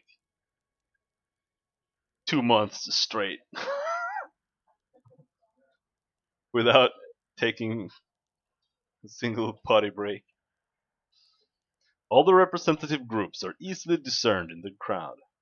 Crucible knights, stiff in their noisy armor, sit in one section. In another are well-dressed members of House Domino, casual, watching with a predator's interest. Elsewhere are the ramshackle dozens, who have made no special effort to dress up for their liege lord. Interspersed are the animancers in their academic robes, with expressions either sour or concerned. Well then, answer me this, Master Barash. If you Animancers represent our best hope to cure the legacy, what progress can you demonstrate? As I've said, it isn't about progress, it's about potential. My house would agree, Your Grace. We see great potential in its future. And I suppose your blazing profits during the legacy don't have nothing to do with that, do they, Dominel? You can't have it both ways no more! Animancy goes, or this country goes! So you admit, Master Barask, that animancy is no closer to stopping the legacy than it ever was. No, we've had many promising experiments. Cadman Azo has shown... Cadman Azo murdered a child. For a complete failure. We should be hanging him right now for what he done. The dozens won't stand for it. The experiment failed, yes, but his work... Work was sabotaged. Ah, our new delegate from House Dominel. What makes you say sabotage? At a false patient. All at once, the attendees turned their face towards you, a mishmash of judgment and incredulity. Only the Duke, a wild-looking man with a scraggy beard, seems unfazed by your interruption. Met a false patient in Brackenbury's sanitarium who had tampered with Opso's machinery. The fuck's that even matter? These are people who would toy with the lives of our children! Indeed. Even assuming there was sabotage, is this Animancer Azo not still accountable here?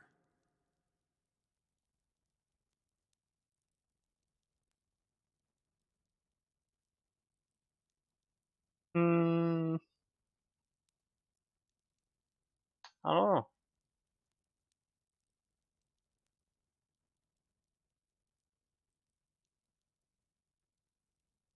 Wasn't she Hollowborn or something? I don't remember. This was a responsible side. He was towing the line, kinda. Let's go with this one. How can you call him responsible? You saw the state of the sanitarium. Horseshit! These Animancers can't be trusted!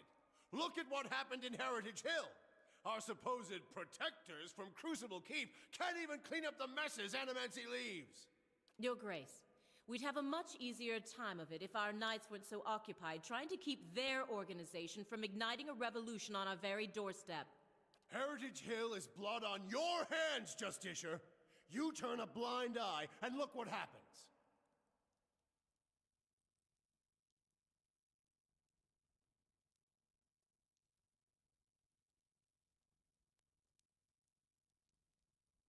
These options are the same option.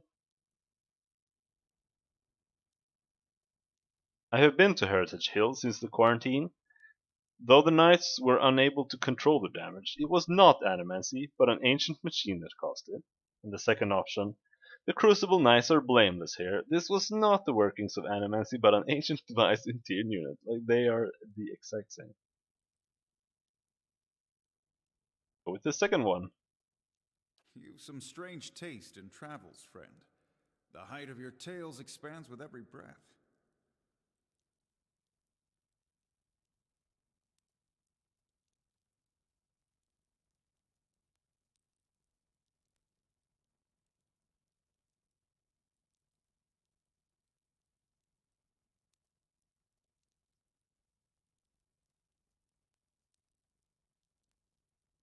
Ask around. When I see problems, I take matters into my own hands. I had heard whispers of a new delegate set to attend today's hearing. I was told to expect threats and intimidation, which is nothing new here, as you can see. Very well. Perhaps you are the sort. Tell us what you saw in Heritage Hill. Tier unit houses an Engwithian machine that holds dominion over the flow of souls. It was this ancient machine that made the district undead. Do you think that was the machine's purpose? Or just a dire side effect? Kana shudders. But then, why would the Engwithans build such a machine at all? Even if it is as you say, we have testimony that a group of animancers had been spending time there. Surely their tinkering had something to do with this.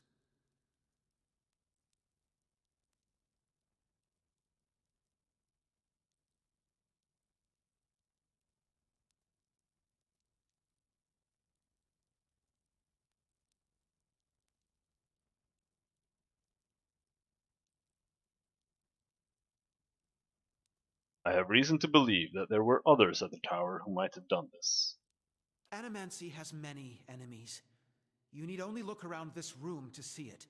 You're missing the point. Everywhere there's animancers, there's disaster. We all know what Widewind's legacy's really about. And it ain't about some sparkling saint from Creed Ceres who's mad because he took a stroll down the wrong bridge. Ha! Wrong bridge indeed. It's about a bunch of so-called intellectuals fucking with the natural order while the rest of us gotta suffer for it. Is it, though? Should we not take the time to reach a clear conclusion? I mean, what proof do we have? My son and daughter are buried beneath the floor of my house. We don't own no land, so that's where we lay them. My son, my wife let him slip when she was bathing him. Got water in his lungs, he couldn't cough up. My daughter, we put her to bed one night, and the next morning she wasn't breathing. This Hollowborn thing, it ain't ending. And it ain't ending because we still let these charlatans play God. There's your proof, you damn copper fucker! Enough, Adric. Lady Dominel makes a point. If it's animancy, then why do the other states that permit the practice not suffer the same fate? Who among us can say he truly understands why the legacy has taken hold here? Grieving Mother reaches towards your mind with hers. Bring order to the chaos here. I can. Crowd begins to mutter, the sound taking a doubtful character. Right idea, Watcher. Taking this hearing by the curly ones. Taking the hearing by the pubes. That's what it's saying. Don't waste your chance. Widewind's legacy is the creation of the leaden key. Kedman Atzo's downfall was their work, as was the tower in Heritage Hill. They want you to do this. They want Animancy to fall. The dull muttering expands into a din of skepticism that fills the hall. I have seen them in the ruins of Air Glonfoth, operating machines that disrupt and redirect the flow of souls, near towns like Gilded Vale and Durwood, where the legacy is universal. As a watcher, I have heard their dead confess their plot. They are stealing the souls of the unborn. Beasts. Another lunatic at the hearing. Did you remember to lock your sanitarium before you left, Master Barask?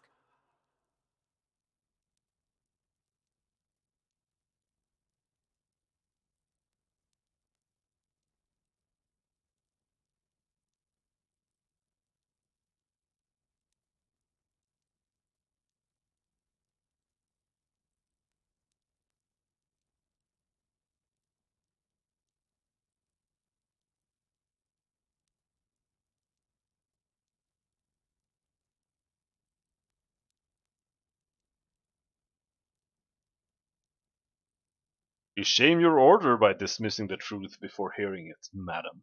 I expected better from a knight of the Crucible. You must know, friend, that the leaden key is a mantle for small-time ruffians and children at play. I'm not saying you're a liar. Not yet. But you'd better start making sense of all this. Help us believe you.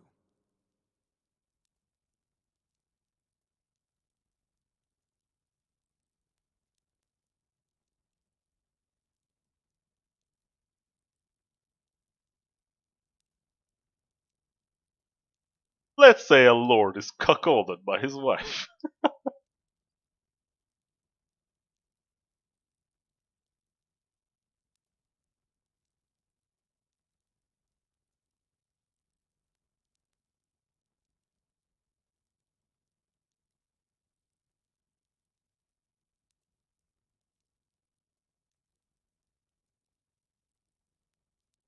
Yeah, I don't know what the 5 would be, but yeah, the 4 is probably the best option. We all want the same thing here. We want Wildwind's legacy to end. If we work together instead of arguing, we can stop the people who are doing this. Speak truth, Watcher. Unfortunately, I fear it falls on deaf ears in this place. No self-respecting member of the Dozens is gonna let these animancers keep casting their black magics in the same districts where there's children being born. Fight 18.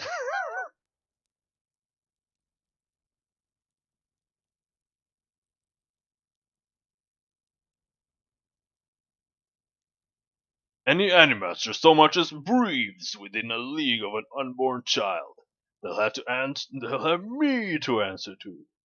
But right now we need to focus on the leaden key. I don't know about Fuck all you, I'll this. beat your ass. You've made an unexpected case, friend. I'll say that much. It seems we have a new possibility to consider, at the very least. How was it you came to learn all this?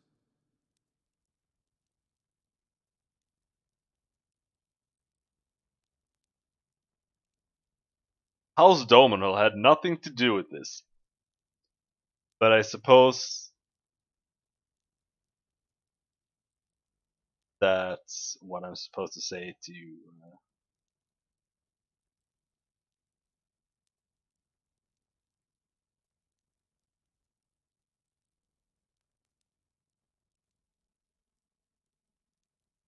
But when House Domino provided me with the resources I needed, we owe them a great debt. It is very good to see House Dominel putting their considerable resources to use in solving this matter in which we all have a stake. But these hearings are about more than Widewind's legacy, even though that is our most pressing concern. Let's say for the moment that I were to take you at your word that our friends in Brackenberry Sanitarium and their peers bear no responsibility for this curse upon my country. I'm curious, what would you do if you were in my position?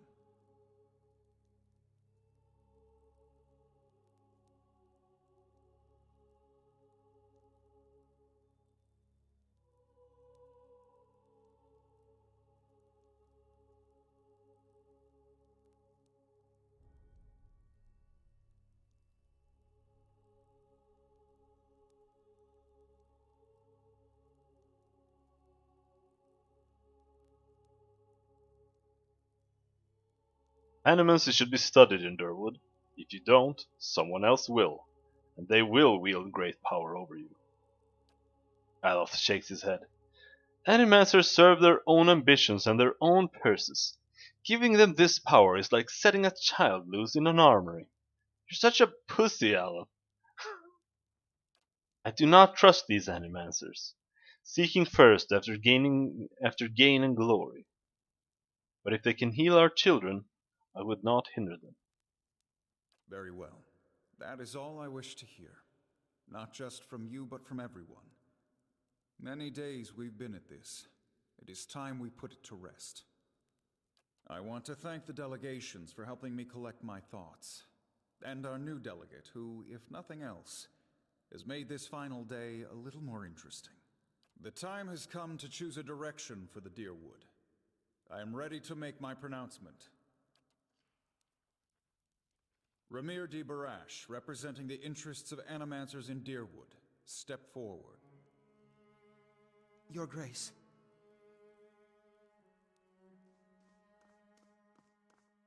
Whoa.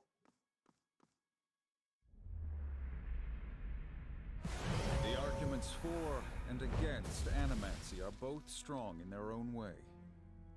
I must be careful in my judgment. Forgive me, Your Grace. We will accept no judgment but our own. What's he doing?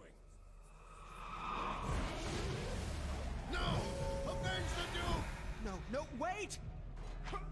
Stop this at once!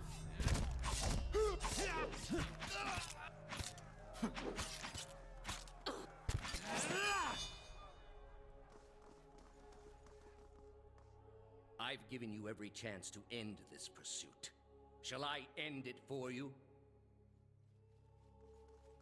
Another time. I am already late.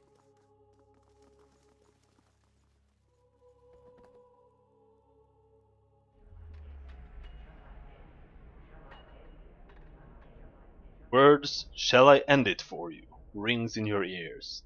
You find yourself gasping for breath, struggling to keep your own balance. You drop to a knee and watch as Theos hurries out of the building. The world dims around you, the screams and clashing of weapons fading to silence. All that remains are the words. My character's having a panic attack. Poor guy.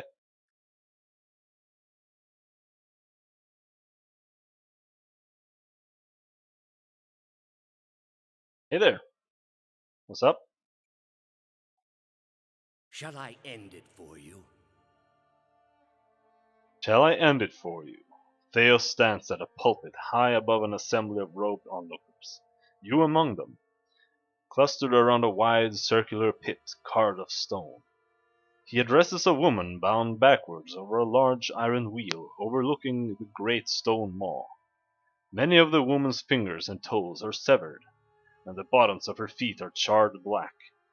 The skin on one side of her face looks like melted candle wax, black and red and seeping, and the angle of her back suggests a spine in ruins. Yet for all that, her expression betrays little of her anguish. I am already at peace, Grand Inquisitor. Are you? So be it. If you desire no end, you shall have none. I find you guilty of heresy. May the eternal prison bar your soul from passage, for it is beyond redemption. He nods to a hooded attendant, who begins untying her from the wheel. Escher was granted dominion of the sleepers. Open your eyes to the beamed ceilings of the palace grand entry hall. The clanks of metal striking metal waft in from the outside, along the cries of the injured as you stagger to your feet. Theos is gone. I think this part of the game is approximately where I stopped playing. In my opinion, this is like where the game starts. Like that's the problem with this game. It's just a bunch of the plot never gets going, and once it gets going, that's the final chapter.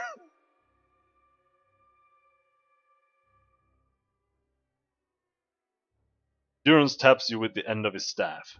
Get up already! He shakes his head. I don't see how you plan to survive your trial, Watcher, if the very sight of your enemy makes you faint like a priest in a whorehouse. Please don't ban me, Twitch. Let's be out of this place before something else goes wrong. Off to one side you can hear the clinking rustle of chainmail, and you look over to see a wounded guard slumped against the wall. He is trying to say something, seemingly directed at you, but at first it's too faint to hear. He gathers his breath and manages to rasp out a few words. Lady Webb, she's the only... She must be told. She'll know what to do. Please, find her. Tell her everything. The guard passes out and slides to the floor, still.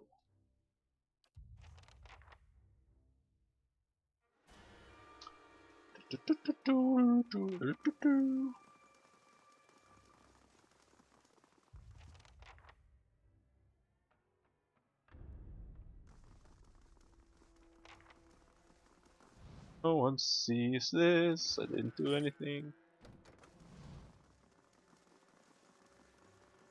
Doing Yes, you anything see there nothing while either. I see much. Don't go out there. There's rioting in the streets. I will kill them all if I need to. Don't worry about me.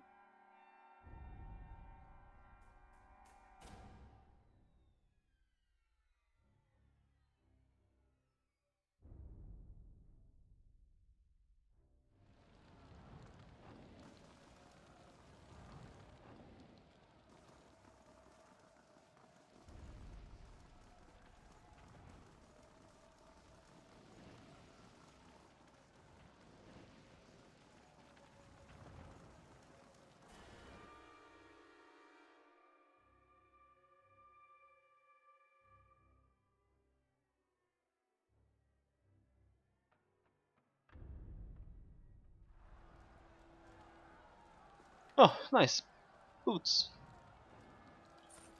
Whoa.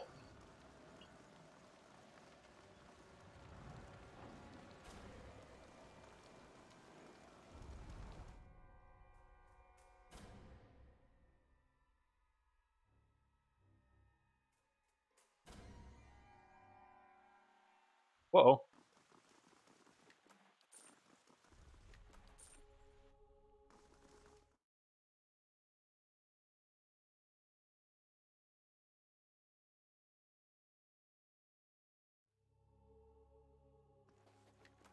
No, I getcha.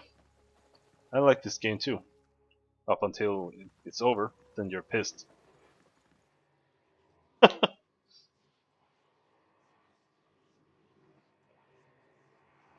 Lady Webb lies still in her bed, an ornate cushion propping up her back upright. The blood pool beneath a gash in her chest is tacky and nearly dry. A shattered glass rests on the floor beneath her dangling hand. You can feel the faint aura of her fading essence in your ken. Reach out for it. Make contact and are immersed in a torrent of sensory input and experience. When it calms, you find yourself in the same room, lying in bed with a glass of brandy in your hand. Through the walls from the street outside come the sound of screams and shattering glass, and the cacophony of an angry mob. You take a sip, and it warms your gullet. Across the room, the door opens behind a patient, steady push. Into the room walks Theos, the floorboard creaking beneath deliberate steps. Wait until the last of the brandy has trickled down your throat before you speak. I was a fool to think I could tame these people. You came closer than most. A fine epitaph. No worse than any. You're concentrating, focusing with all your energy. It feels as though you are diving into a stone wall over and over. But it cracks suddenly, unexpectedly, allowing the vaguest wisp of thought to leak through. What's in Twin Elms? Did you pull that from my thoughts? I've had time to practice. Ah. He walks over to a small table and raises a half-empty brandy bottle to eye level. He seems to approve of the selection and begins to reach for an empty. I was saving that for someone. Pity. You know this is how it has to be. Okay, let's read all the secondary text. Pity. He replaces the brandy bottle on the table with care before approaching the bedside.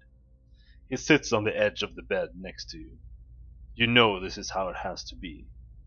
His words come freely, absent of all doubt. He draws a long, curved knife from his belt, smeared with fresh blood. With his left hand he gently pins your sternum as he raises the knife in the other, point dangling above your heart. Prove it. Theos slips the knife between your ribs and pushes it through. Layers of tissue separate with brittle, papery stiffness, and blood wells up around the blade. A pulse of reflex causes you to drop your glass to the floor, and you hear it shatter. With the last of your strength, you take his knife hand in both of yours, a question radiant in your mind. For an instant, to your great surprise, the pathway to his mind is left open to you, unguarded, and the answer comes, simple, cataclysmic in its reordering of your thoughts. As Lady Webb, you feel as though you have an answer you've searched for all your life, but in your own mind, her understanding lies just beyond your reach. Look at Theos with the wide eyes of someone seeing for the first time, and draw your last breath as a black, velvety darkness descends over you. Smoke rises above the city walls in billowing plumes that blacken the sky like a storm. Behind the walls, the riots rage on. Known patrons of Animancy are forced into hiding as looters ransack their estates and make off with their possessions. Animancers are torn away from their families and dragged from their homes to be stoned to death in the streets. Word had spread immediately that Duke Avar had been assassinated, and that an Animancer was to blame. The city wasted little time in exacting revenge, and little effort into evaluating guilt. In the center of it all, Brackenberry Sanitarium burned. And down the lane, Hodred House, the last bastion of stability in the Deerwood, had fallen silent. Now safely outside the city gate, your path points eastward to Twin Elms, where Theos is bound, for reasons that remain mysterious as the Leaden Key itself.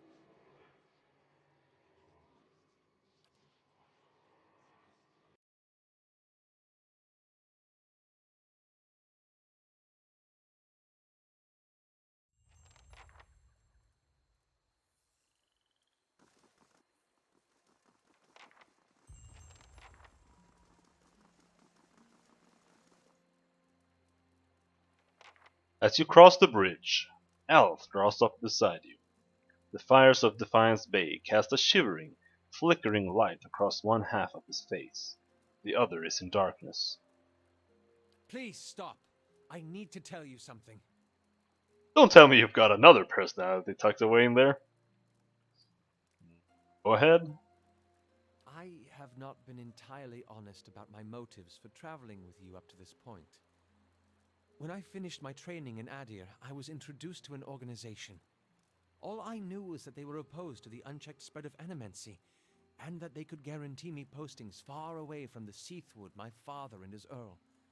At that time, it was enough. In the early years, I thought of them as many things.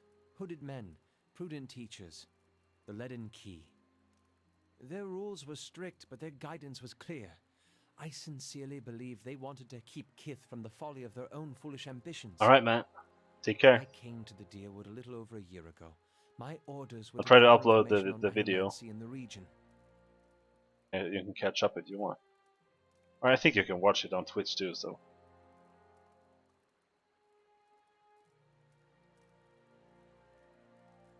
A senior contact met with me every few months to receive my reports and issue new leads.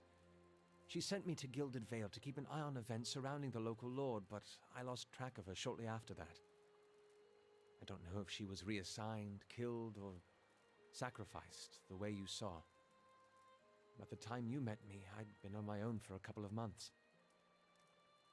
You knew I was coming. I couldn't have. I'd been out of contact with my superiors for months. I needed some kind of direction. After that scrape with the locals, I was ready to get out of town. But then you mentioned the ruins, but you refused to tell me what you'd seen. Now, I was sure then that it had something to do with the Leaden Key. And I was correct in a way.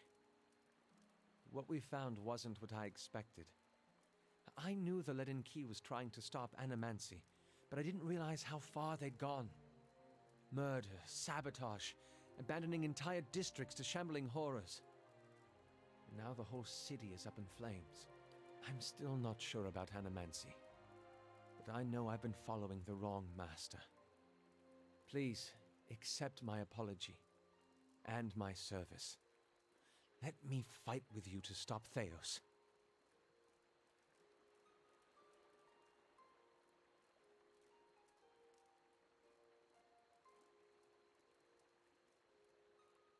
Apology accepted. Thank you. This is a great burden off my shoulders. Before we move on, I'd like to discuss a few things.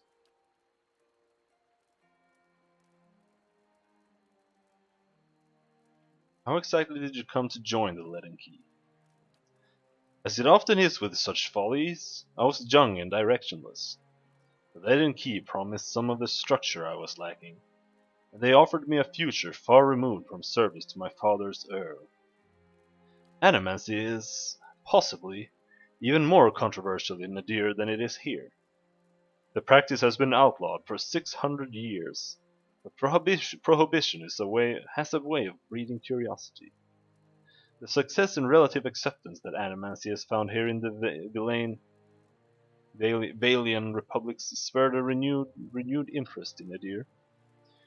Leaden Key began recruiting more aggressively, and I was in the final period of my training when one of my instructors reached out to me. He shrugs. As I said, it was a welcome departure from my father's plans, and after seeing a few of my colleagues abandon their studies in magic to pursue animancy in the republics, I was convinced that something needed to be done to stop the spread. Okay, let's go. Want something? Say what you want about Dear Woodens, but they haven't met the problem yet they couldn't solve by killing some scapegoats. Flashes a hollow smile. You fight for people because you see something there that deserves defending. Even more so because someone you trust sees it too. Then you turn around and they do something like this, and the person who made you want to help them is gone.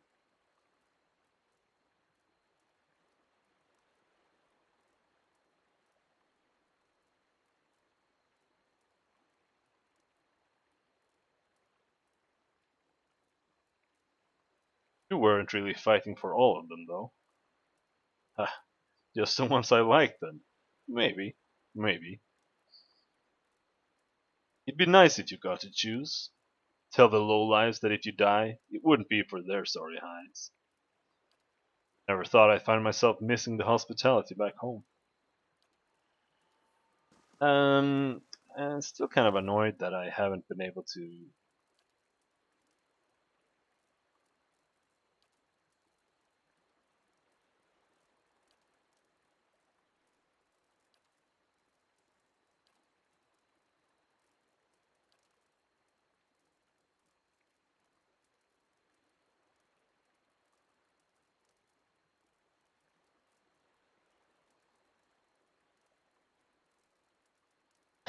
I haven't been able to get into the fucking records since I came here. Now I can't get back in.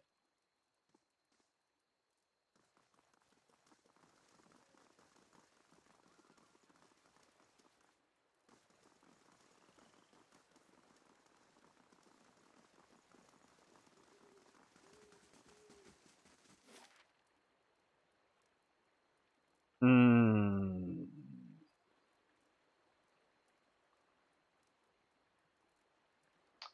Stormwall Gorge?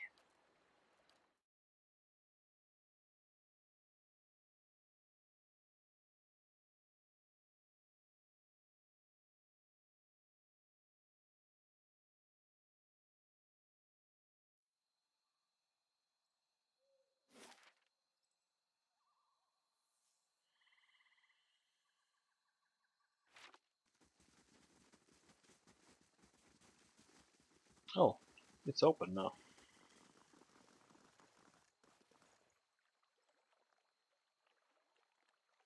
You can't go down here. There's like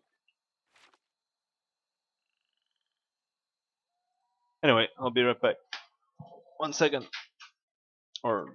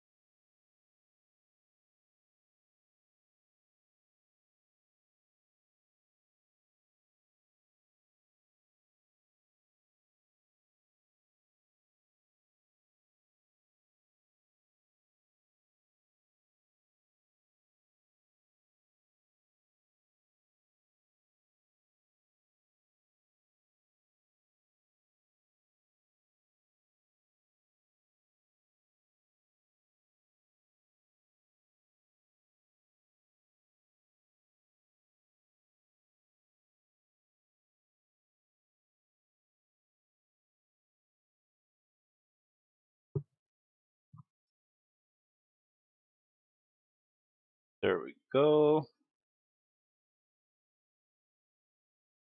And we're back.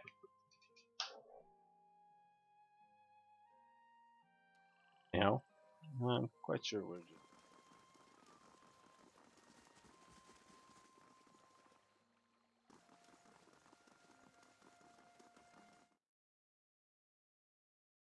Because apparently they are too stupid to close the door behind them. I guess.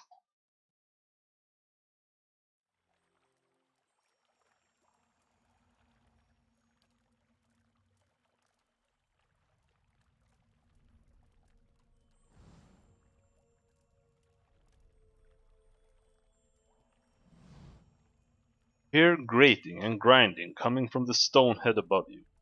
The chips of Audra in its eye sockets glow bright green. A voice, deep and resonant, echoes from the stone mouth. What begins as a garble of language resolves itself in your own mother tongue. There is no truer blade than essence forged in bronze. Turn twice to the left and prepare your soul for its reckoning.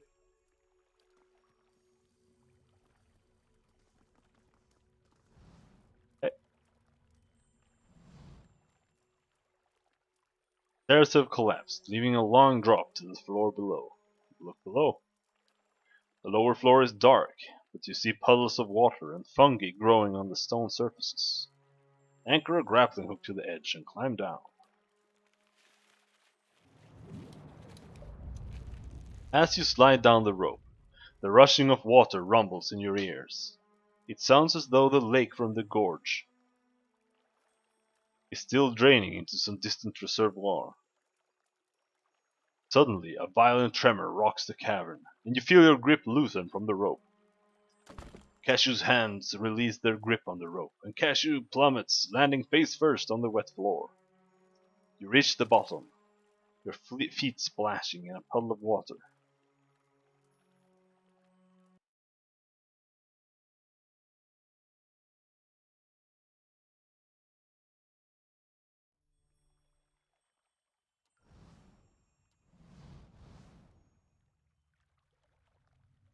Huh? We're fighting a Menpugra. Right? A Menpugra.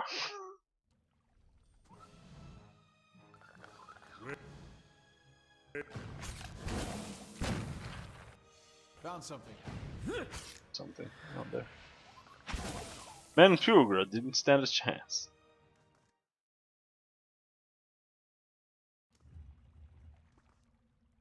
Keeping quiet.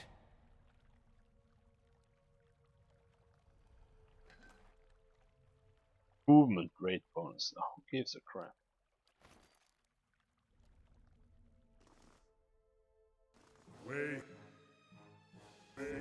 There's a troll. That's a bit more normal.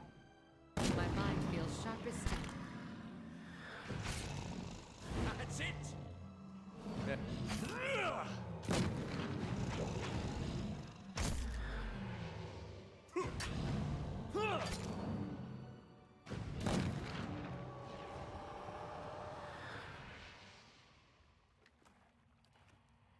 I shall be discreet. Swollen eye. Oh jeez.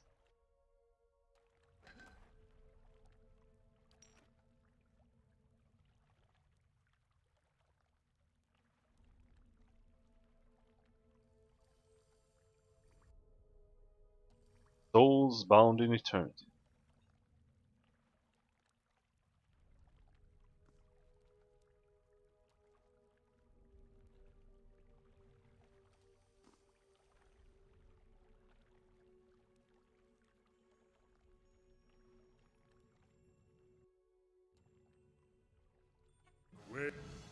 Trap detected. Where? I don't see a trap.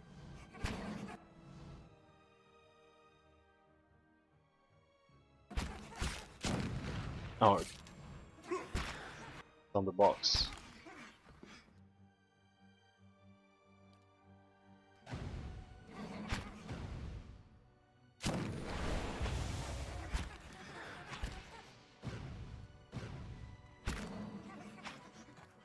My mind feels sharp as steel. Steady does it. Bonus range damage.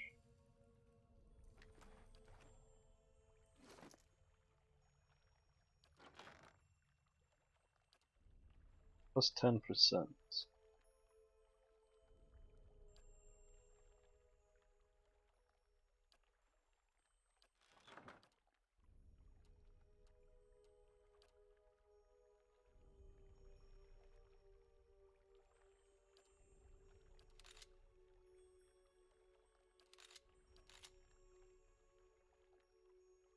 So plus 10% means 3 more damage. Maximum damage.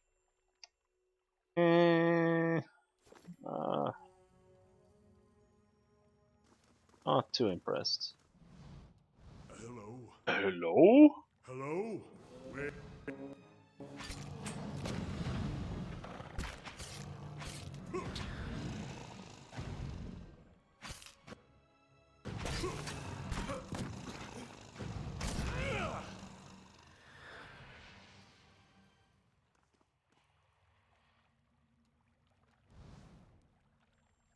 I'll hide.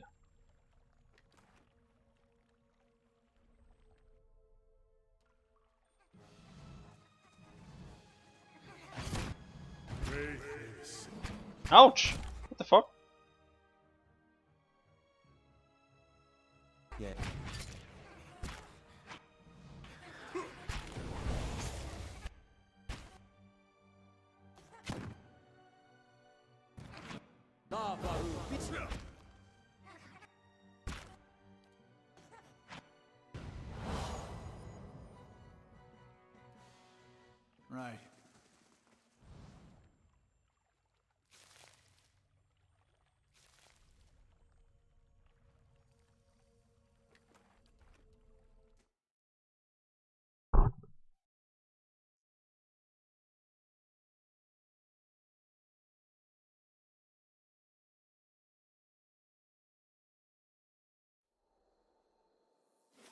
And we're past.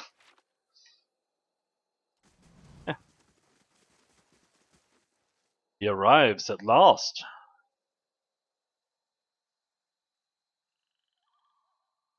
Well, well, well. A woman in robe is flanked by an armed group, savors every word before whispering the next. Finally. You should have remained in Defiance Bay. She draws a smile, pale and full, that droops below her recessed chin.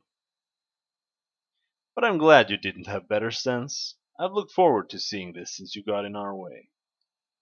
Any last words? After all the efforts you mustered, it'd be a shame to end it quietly.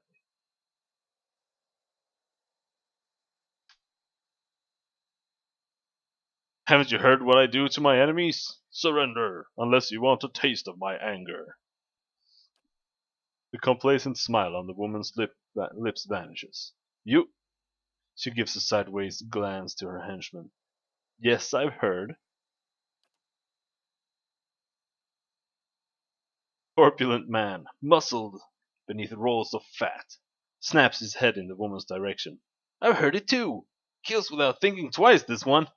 The jowls under his chin quiver as he spits the words out. By the flame, nailed! Let's go! Shut up! The command whistles through her clenched teeth. A cowed man cleaning his fingernails. A cowed man cleaning his fingernails with the point of a long stiletto doesn't let the silence last.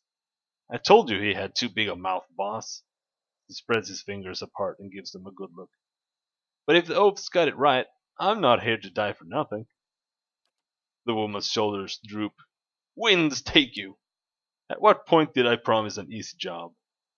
She stares at the ground, her lips hanging down like ripe fruits. How do I know you'll spare us if I give up? It's not the first time I show mercy.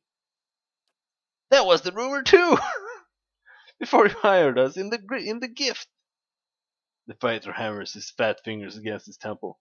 I remember, I do! The woman bites on her lower lip, flushing it red, and shakes her head. Boudica, have mercy. She locks eyes on you. Take me away. Anywhere. Anywhere's better than here. Okay. See ya.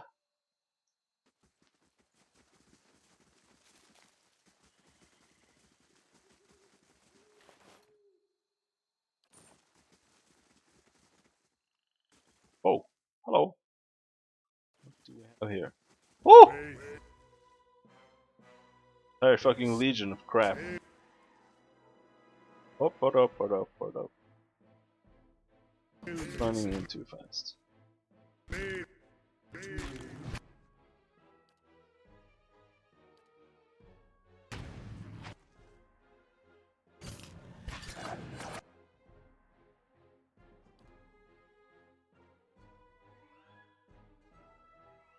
My mind feels Holy shit! See, this is what I don't like about the combat system and why I am going to play the second game with the turn-based system. It's like you unpause for 1 millisecond and then your character's gone.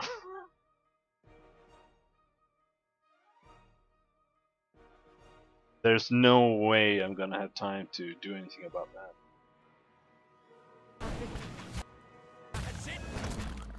Oh, there it is. Gone.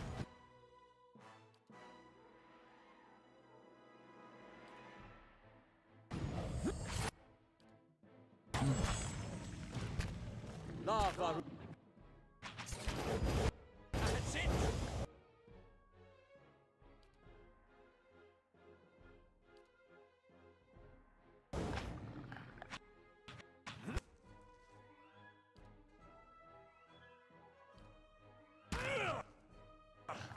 Lava beyond. Let's go. Got him. Got him.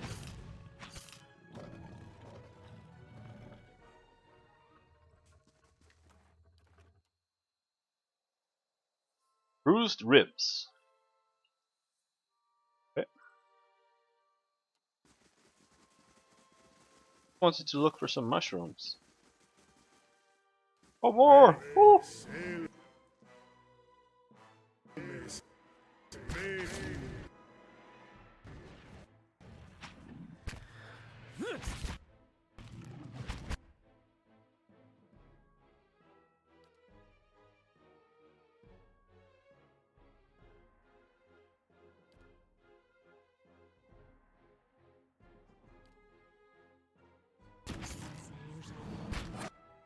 Ouchies!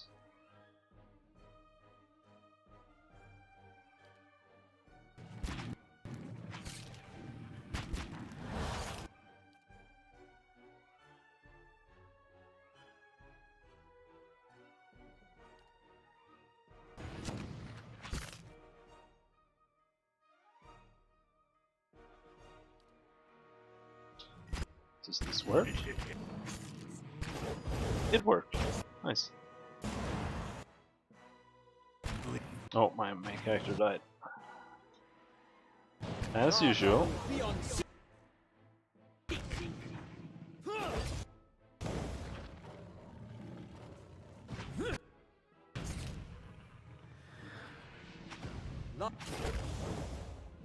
Charm is always the most overpowered condition. Every time.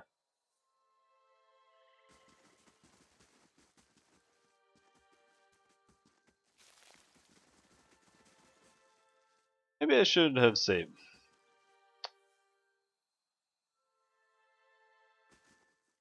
Wait, Selmes, Metu.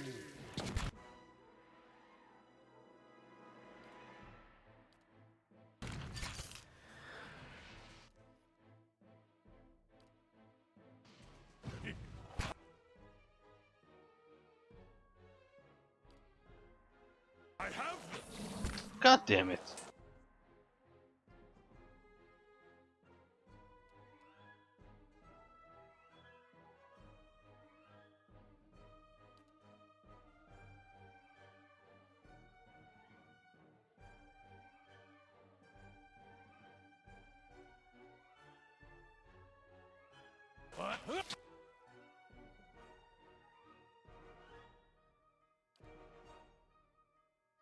No good.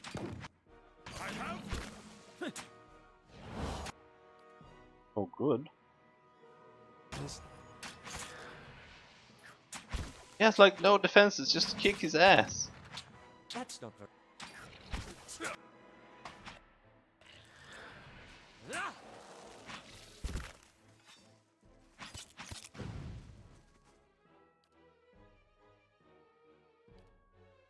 Ah!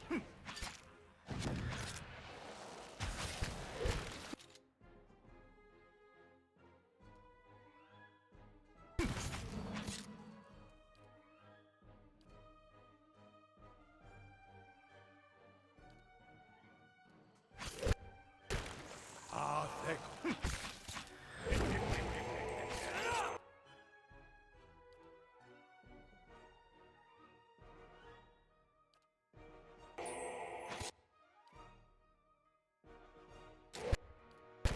That's it!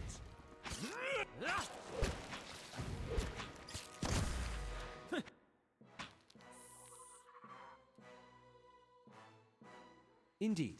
What? And now, Mm-hmm. best.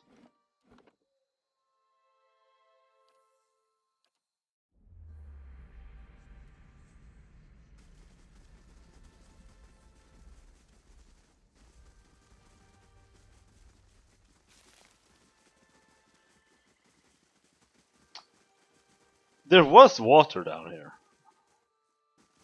No, I couldn't walk down.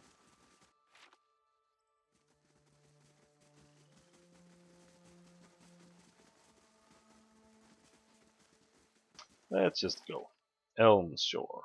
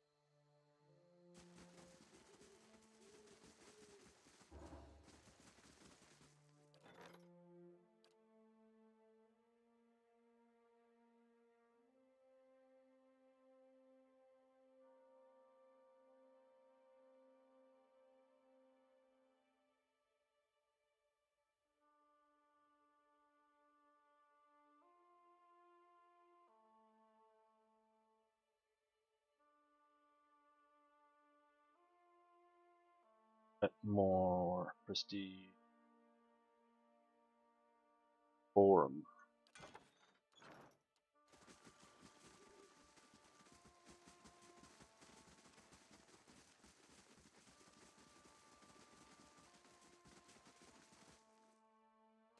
Wait. Oh, hello there. Don't want to fight both of those groups, please. Wait.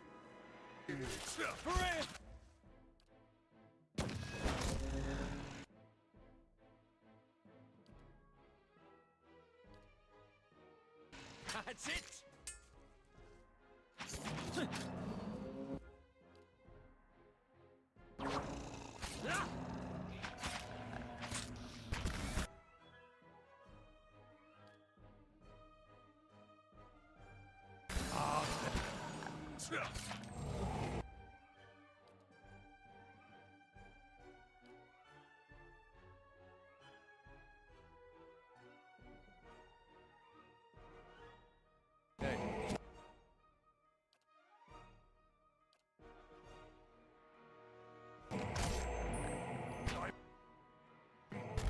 Ouch! What the fuck?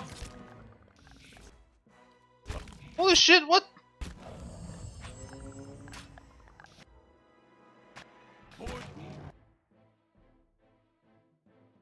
Stunned.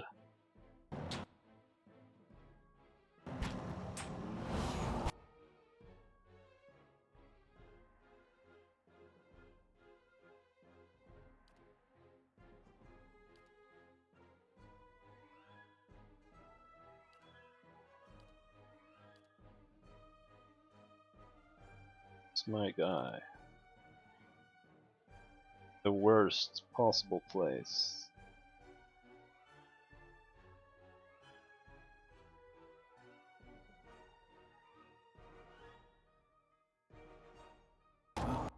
Just like an adherent.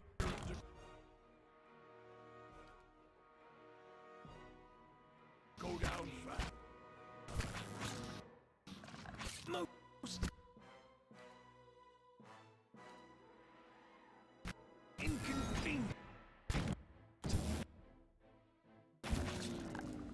Okay.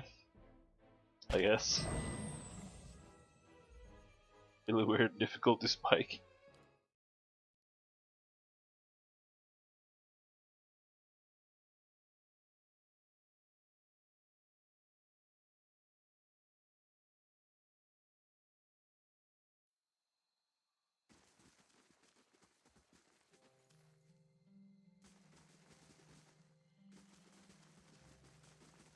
Try again.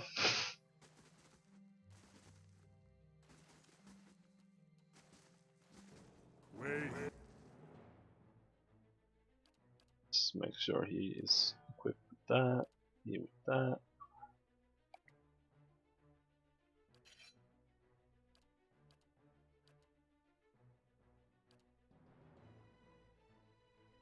Did all of my characters switch weapons by themselves?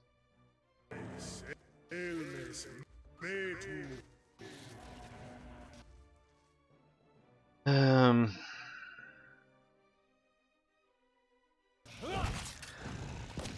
AI is a little too aggressive.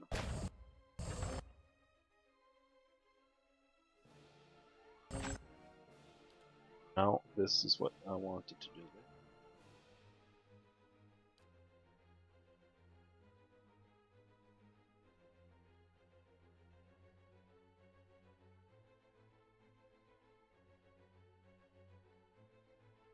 Dominated.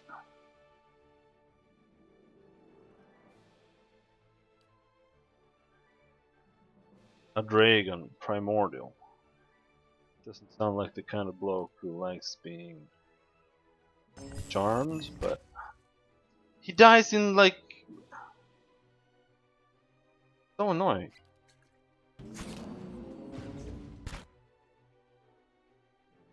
Even me.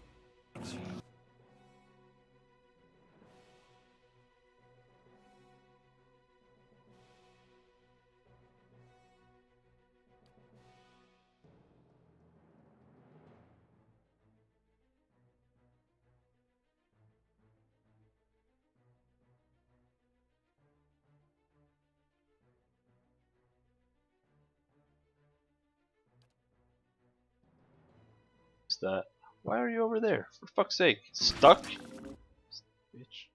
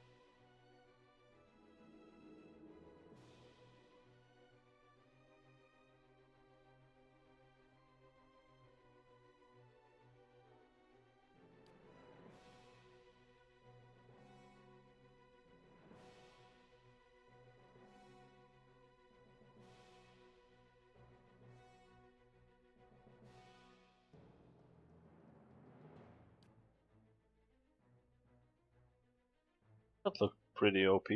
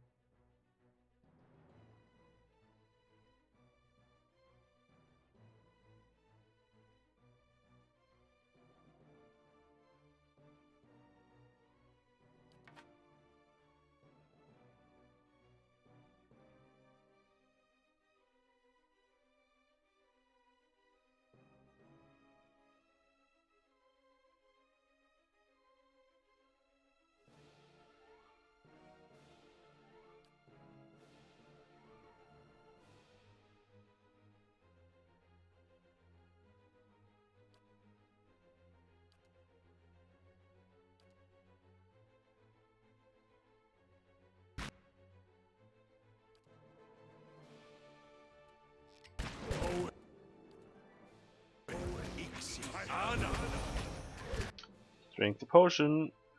Nope.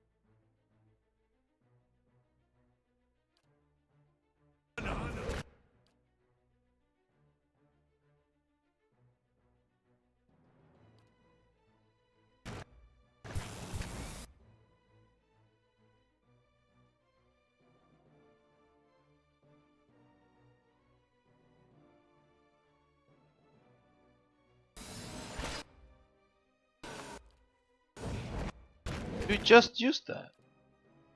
Did you? I don't know. Summon more skeletons.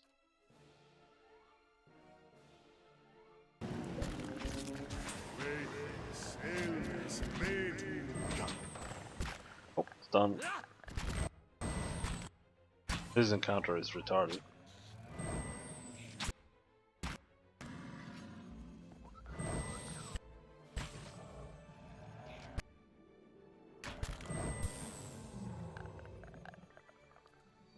Okie dokie.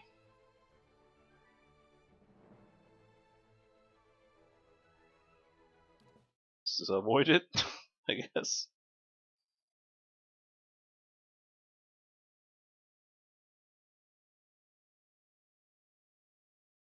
No.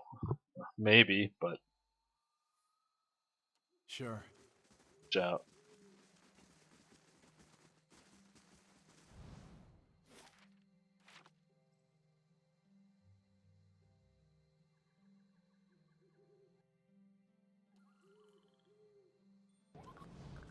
Sure, we can find some more retarded encounters. Following your lead. This isn't This isn't working. working. Let's go.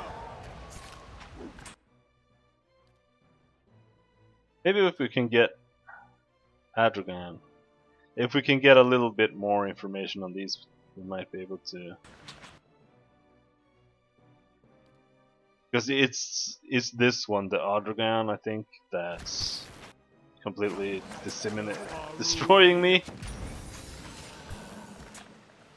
Because they're basically druids.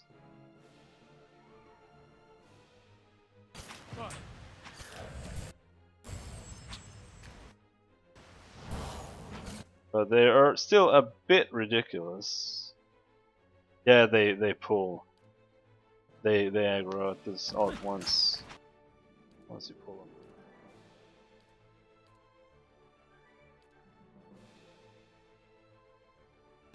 Your thoughts must run deep. Like, what the fuck? This one call lightning spell just completely eradicates my entire team.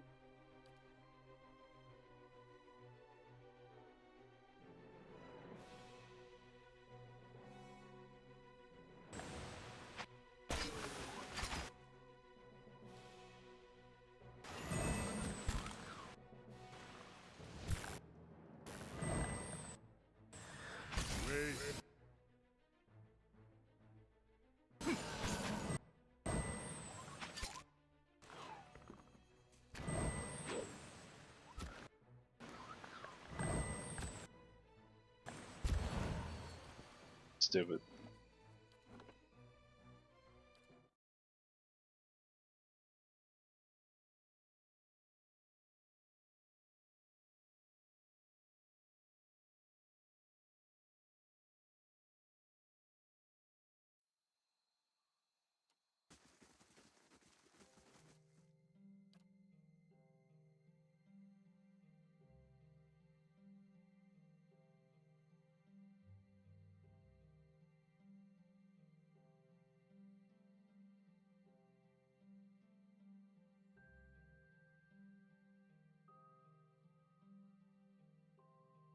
Like, all of the spells are fucking useless as well.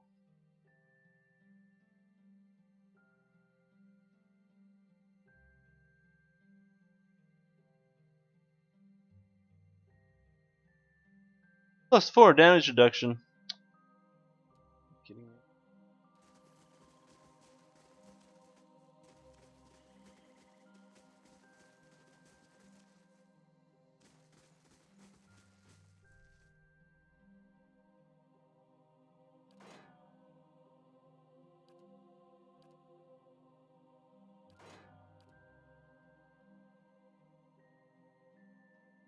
How may I help?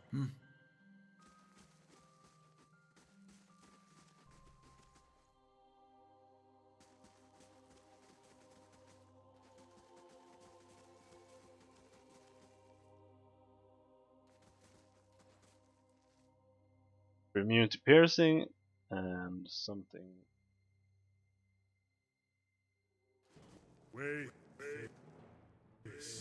We try focusing on this bitch.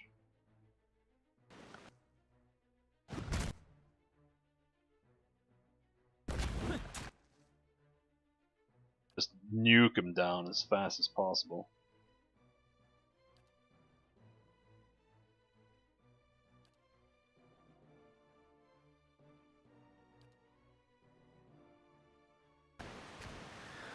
Lava Ruby.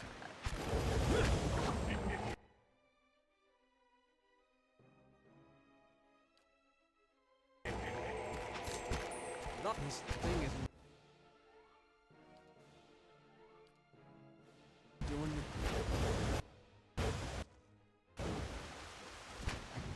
Oh.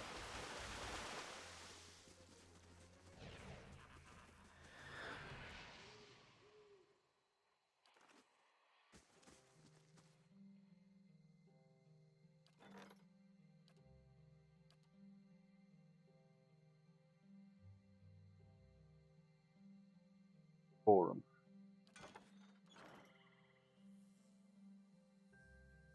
Following your lead.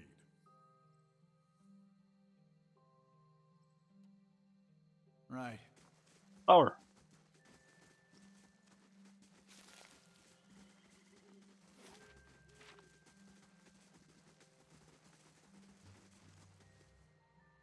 What's this?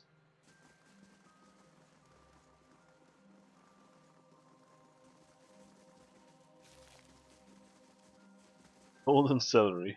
Nice. And this leads to absolutely nowhere. Okay.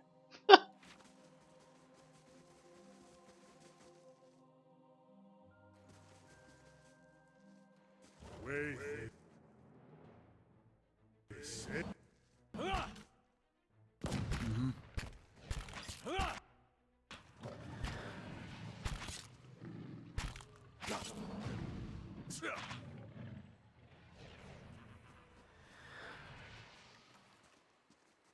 The man on the ground gasps for air, clutching his chest as he struggles.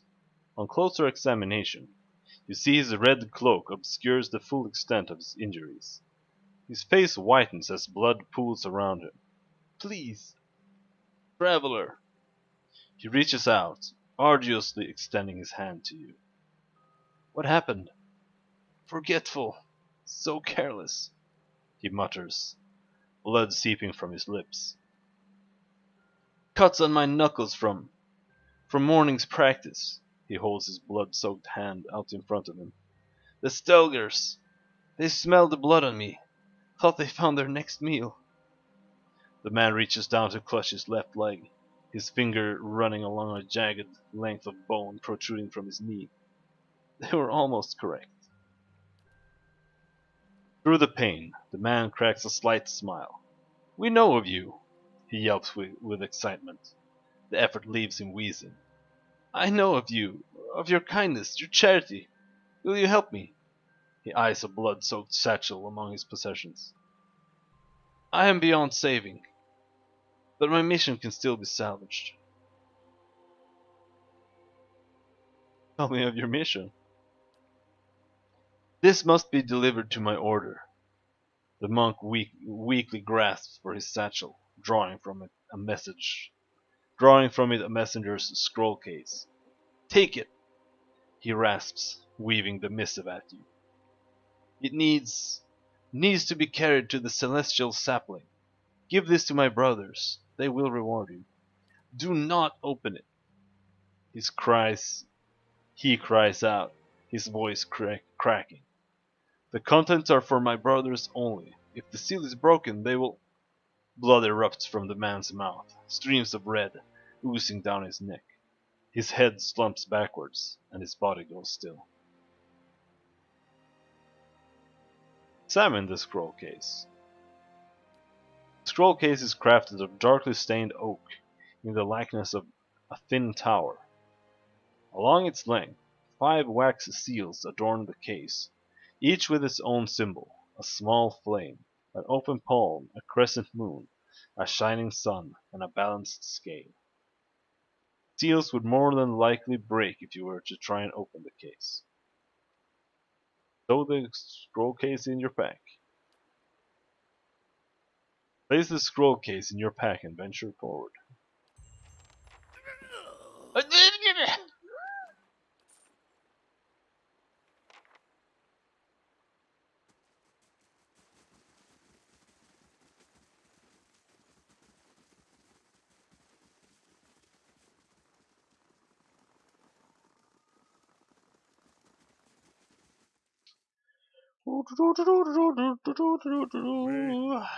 Time to die again.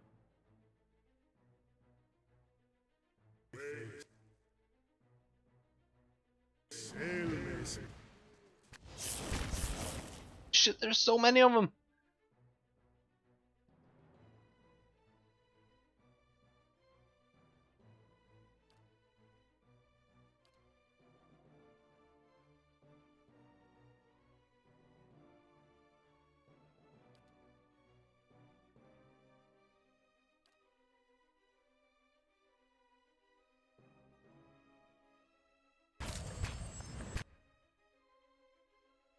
Where are you? What are you fighting?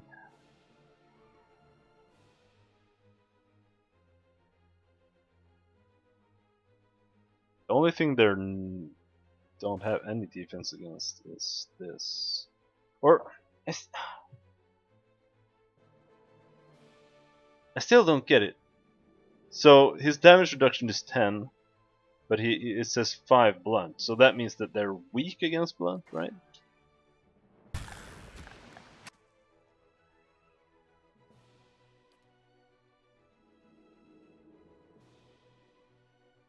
Well, no. It says that you are, but you're sure as hell not.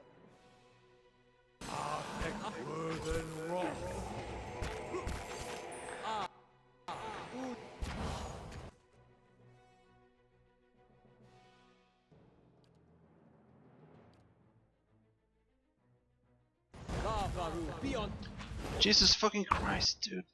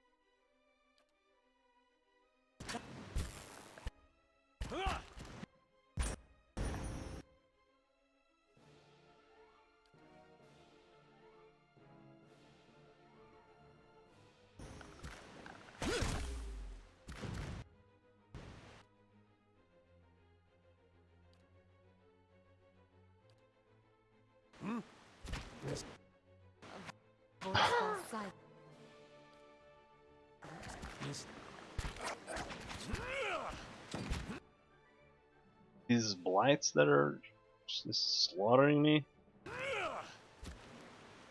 Can't even tell.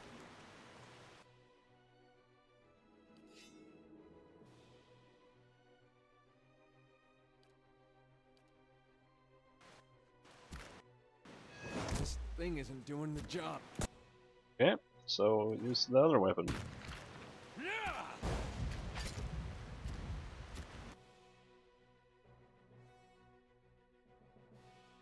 Oh, they keep summoning. This thing isn't doing the job.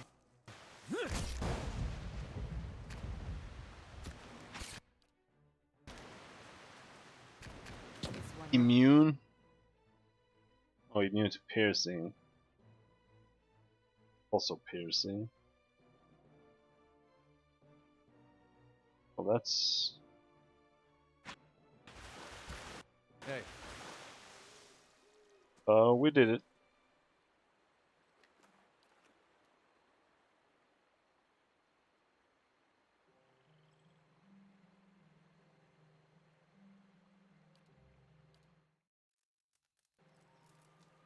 I think the main reason these encounters piss me off is because there's like no animations. My characters just die. I can't tell what's happening. Sure.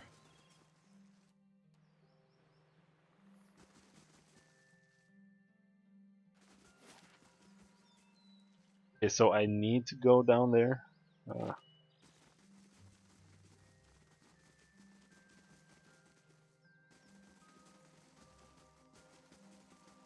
Fight those though?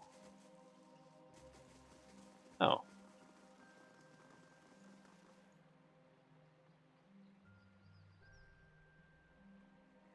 Anyone suspected of treachery must be reported at once.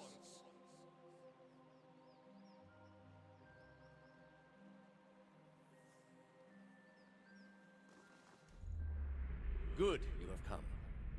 You have heard of the recent defections from our order caused by this apostate in Kratom. Yes, I have. This is a dangerous woman whose lies spread like plague.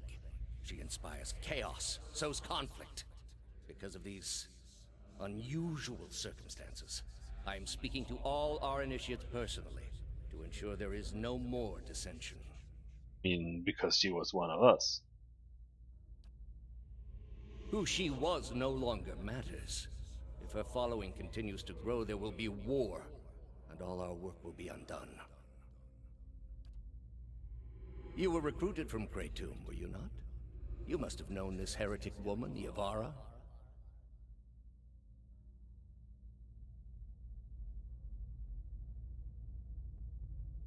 Lie. No, we never met. Are you sure? Yes, I haven't met her before. As you say then.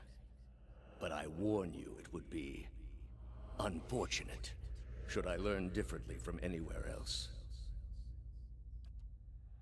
I am trusting you to remain loyal to the gods in this. If you do not, you will have greater powers than me to answer to. But you will answer to me as well. I understand, Your Eminence. Force! Force!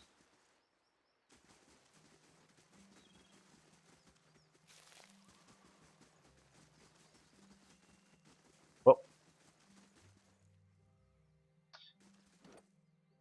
still no level up.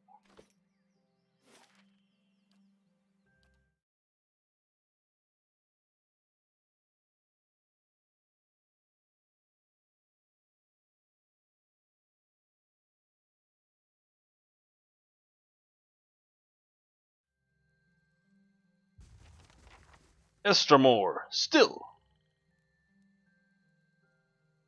Not my name. Hail, Estramore. The warrior saunters over, a sneer of suspicion. Saunter, that's a snare of suspicion visible beneath streaks of paint. He glances at your gear before favoring you with a long look. Another fugitive from the burning city. I strongly doubt any fugitives made it through that fucking forest.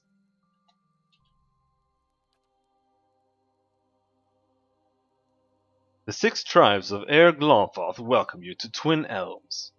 Before you lies the Hearthsong district. You are free to explore it, but do not let your feet stray into the other districts. Those are forbidden to Estramore. They spell it differently here.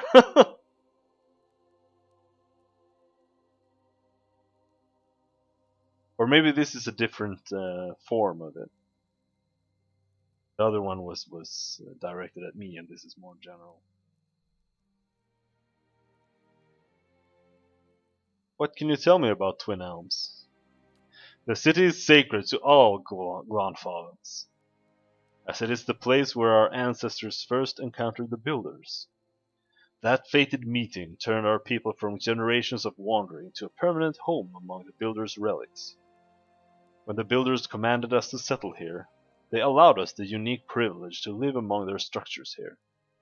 It's the only place in Air Glonfoth where this is permitted. Sacred City is divided into 4 districts: Hearthsong, the Commons District, Old Song, the site of our temples, Elm's Reach, home of Delumgon and Druids, and the Burial Isle, which is the most sacred place in the city. Burial Isle. That's all I wanted to know. Who are the Builders? You know them as the Engwithans. To us, they are the Builders, creators of the sacred places that we guard to this day. Why is it forbidden to enter the remaining districts of Twin Elms? Twin Elms is a sacred city, built where the first keepers of the stone met the Builders. It exists alongside the works of the Builders, and it is the only place in all of Air Glonfoth where it is permitted to set foot among these sacred places. You already told me that. The Estramorn, however, do not have proper respect for the stones here. His words trigger something in your memory. You see an image of a perfect cube of Audra. Just as quickly, the image fades. A leader of one of the tribes could give you permission of the city. Only Anamathoth Bethlul present in the passage of the is present in the passage of the six today, and she has her own troubles. He jerks his head at a long hut in the middle of the district. I'll keep your words in mind. Best that you keep your visit brief. Word has reached our ears that the riots have ended, and the gates of Defiance Bay has opened once more. Okay, then we can leave. The Glenfathens. Such beautiful cities they have woven with nature.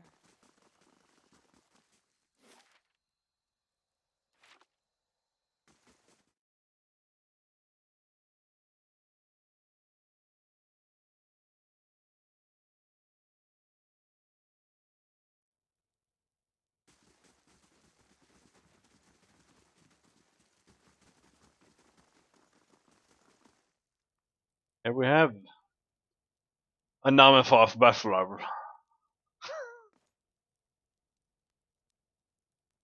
Another Estramore. What do you want? Namafoth Buffalo says. Middle-aged Orlan woman stands at the back of the longhouse, an expression of irritation on her narrow features. As you approach, she takes a decisive step towards you. I am looking for another who passed through the city. Few Estramoran are given the freedom of our sacred city. That you ask for this person is suspicious. There are reasons we don't let you Estramoran roam our sacred city. Reasons I am coming to understand.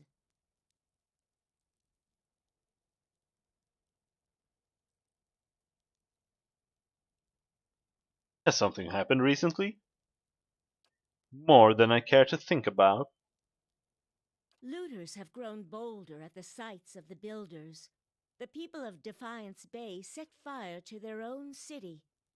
And every week, the three Tusk Stelgar bring news of more desperate settlers pushing at our borders, trying to escape their plague of Anolfane children. Suddenly, you feel the presence of someone else in the hall.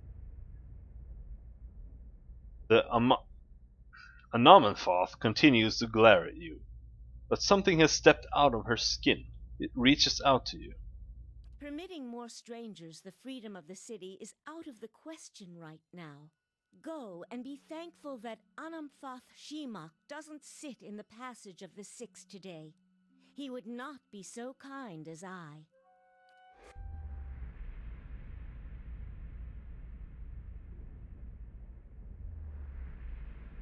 A vision of an Orlan man appears near Bethward.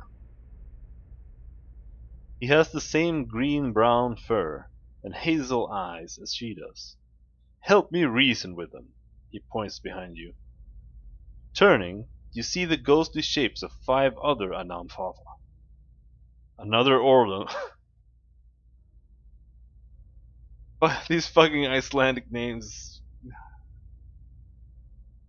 They're so weird. Even as a Scandinavian, they're completely fucked up. Turning, you see the ghostly shapes of 5 other Analfatha. Another Orlan with tawny fur and a scarred face, a frowning dwarf, a black-furred Orlan, and 2 elves. Perception 14. You're angry about something. I hear it in your voice. What is it? Are the outrages I listed for you not enough? Trouble brews, and none of it of my choosing. The spectral Orlan takes another step from her, setting his foot down with a slow, heavy motion. Tendrils of essence strain between them, and he grimaces and leans forward, as if struggling against a gale. The angry Amanfoth winces. War! The spectral Orlan's voice is a rasping croak. They're headed for war! Remind them of Furl's warning.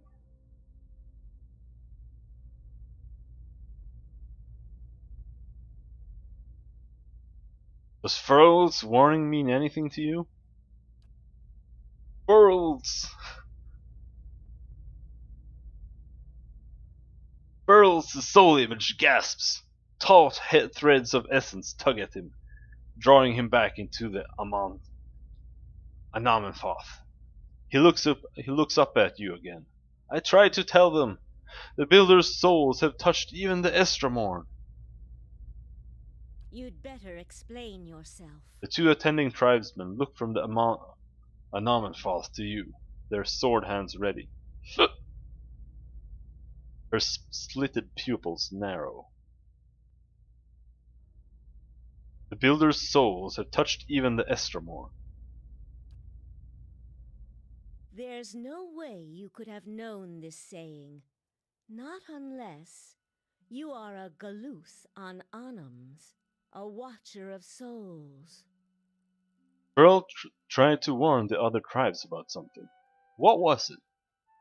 Feralt's warning came before the Broken Stone War.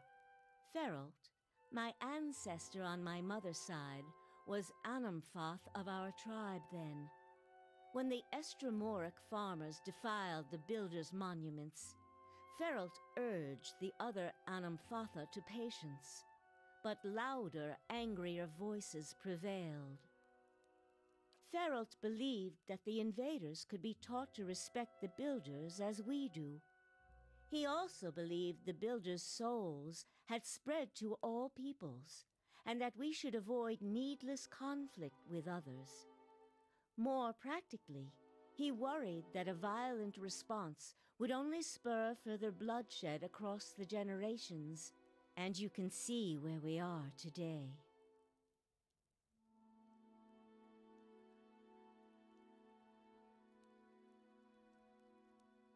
What do you mean? While Feralt's words were shrewd, they were ignored back then. Simply remembering his warning now will not undo the wars and the changes that the years have seen. There is blood on these stones, and that is all anyone remembers now. An image of a polished Aldra cube flashes into your mind. There is writing on the sides, but the image is too faint for you to read it. The Anamenfoth turns away from you and looks at the ground, gnawing at the pointed claw.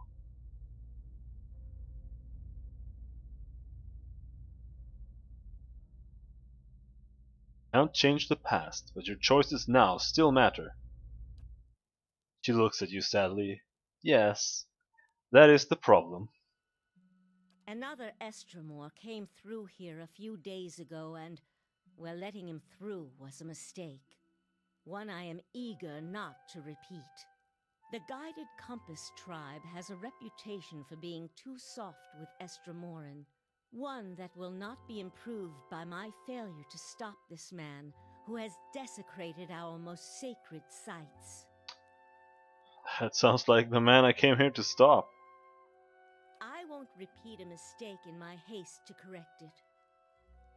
We bar Twin Elms from Estramoran to protect the ancient places that the Builders left behind. The Builders left this heritage to us to defend, but they alone had access to it. On this much, at least the 6 tribes agree.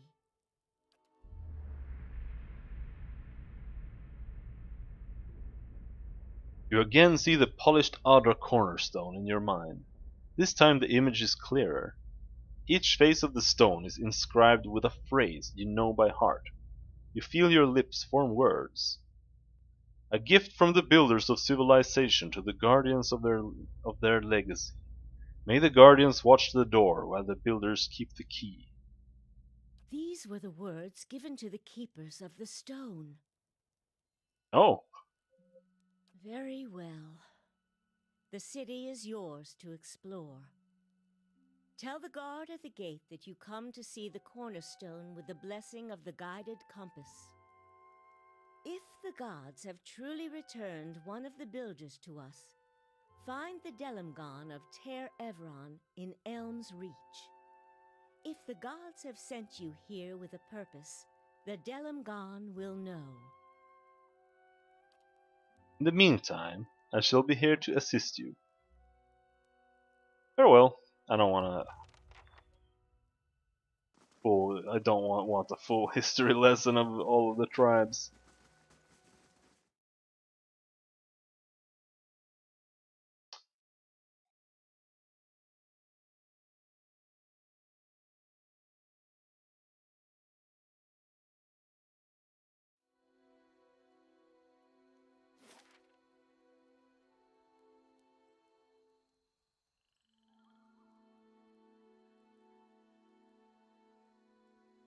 Well, I have no reason to go anywhere else, currently at least. So,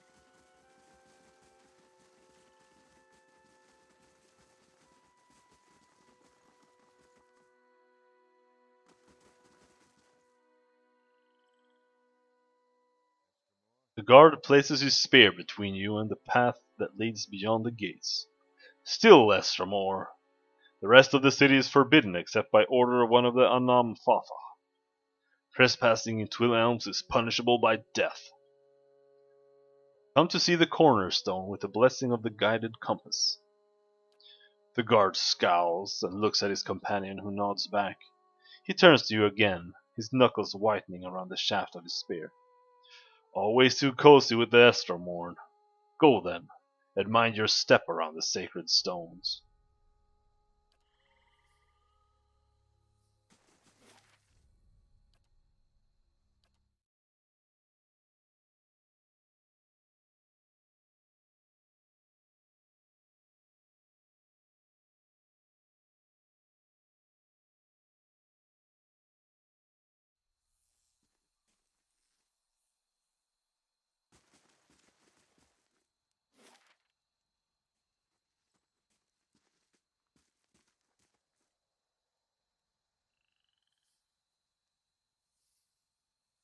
Going?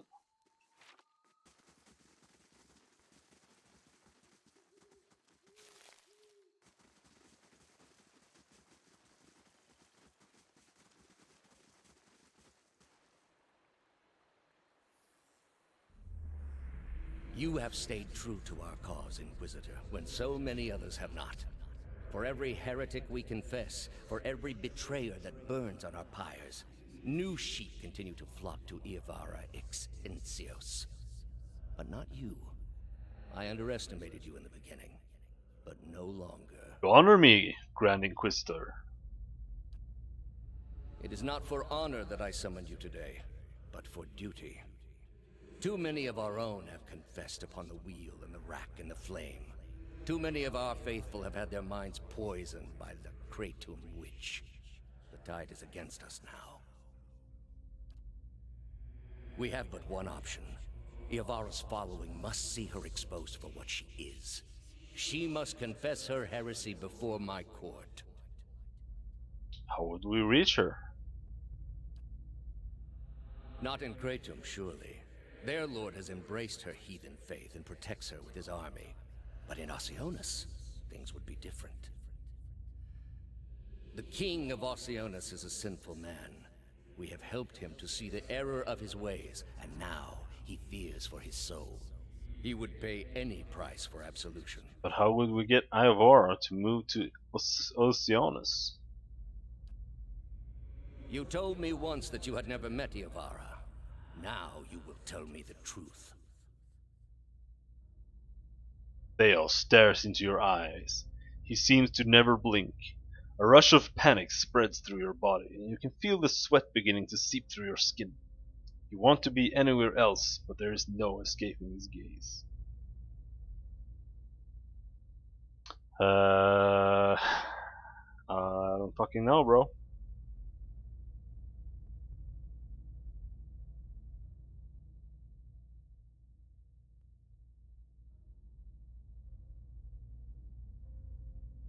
My mentor? I pray her old teachings were less blasphemous than the new. Was it worthwhile, this mentorship? He's strong in my convictions? I hate these flashbacks. Indeed. If she had held true to hers, we wouldn't be in this position. You are wise to be forthcoming with me.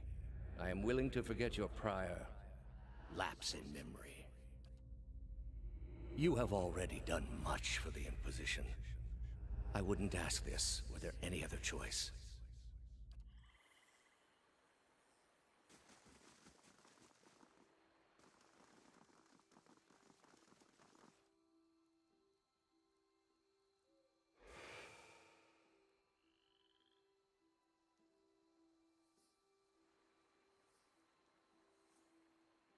Two identical women seem to fade into view as they move away from the great trees that camouflage them. Their skin is tree bark, ridged and scaly, wreathed in a curling tangle of roots, buds, and blooms. Their hair hangs beneath the shade of serrated leaves like the drooping branches of the elms above, and the pupils of their eyes are encircled by hundreds or even thousands of concentric rings, as if to mark the accumulated wisdom of millennia. Turn around, flesh creature. Outsiders are not permitted to approach the elms. Do you not feel it, sister? Something familiar. An ancient soul, like the other one. Another defiler, no doubt. Let us fell him and be troubled no more. It would pay the debt of his predecessor. So it would seem, Rhiannon. But we must not hasten to judgment. I see a different motive here. Different questions in these eyes. What of it, young trespasser? Is it as my sister says? Or are you here to stain this place with foul deeds?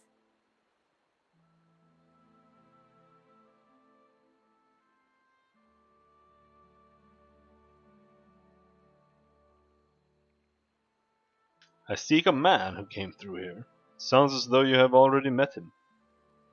There, by his own admission, Sheetha. Really, sister? And you wonder why your leaves begin to fall out before midsummer. Clearly that man did not want to be followed. Whatever the relationship here, I suspect it is anything but cordial.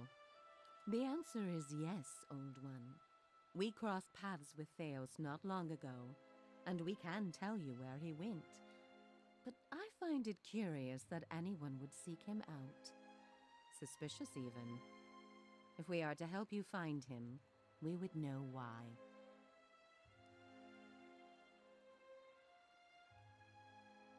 I don't fully know myself. Ridiculous. Why would you pursue a man like that without knowing why? Are you so agitated by recent events, sister? How many have come to the Elms over the years with no better an explanation? These two share a link that extends beyond lifetimes. It was bound to bring them here, sooner or later. But that's what this is really about, isn't it? You are tied to him. I see it now. You are awakened. Your soul is awake and something once buried deep now wells to the surface. Past overwhelms present, closes in around you. Your time has nearly reached its end. I just need to get to Theos. I'm sorry to tell you this, but Theos cannot give you what you seek. Nor can any man. An awakening cannot be undone, any more than your past can be undone. What's she mean? I thought Merwold said Eloth's face is rigid. This is permanent? What?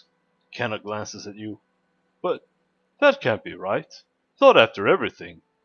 There must be someone else we can ask.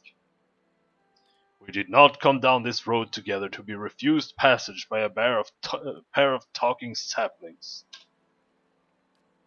Be chained to such a past. Her face is pale, her eyes hollow. A bitter and grievous thing, Watcher.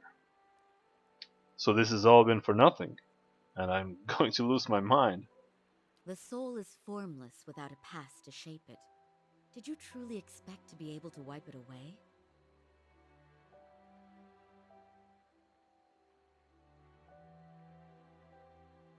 I would live with it if I could. That is the penance we all pay. But penance cannot be paid for a past only known in fragments and glimpses. However, as much as my sister speaks truly that there is no way back from an awakening, there may yet be a way forward. Would you agree, Sheetha? I would. Were the way not so likely to end in death. What is it? The man Theos you must already know by now. You are linked by a common past. Something about it lingers within you, festering, unresolved. What it is I cannot see any more than you. And without that knowledge, your doom is certain. But were you to learn the source of this discord, perhaps it could be put to rest. Though it is equally possible it will trouble you as much now as it did then, and merely speed your condition to its end. My past comes to me in pieces. How do I unlock the rest? You might wait for it to come on its own, of course, but when it comes, it will replace your sanity's last breath. Such is the nature of your condition. Or you could learn it from someone who already knows. Theos. Would he remember? It is said the gods made his memory perfect, that he may never forget his charge. If he ever knew, he still does. Not that he would tell you, of course. You have followed the right person for the wrong reason, it seems.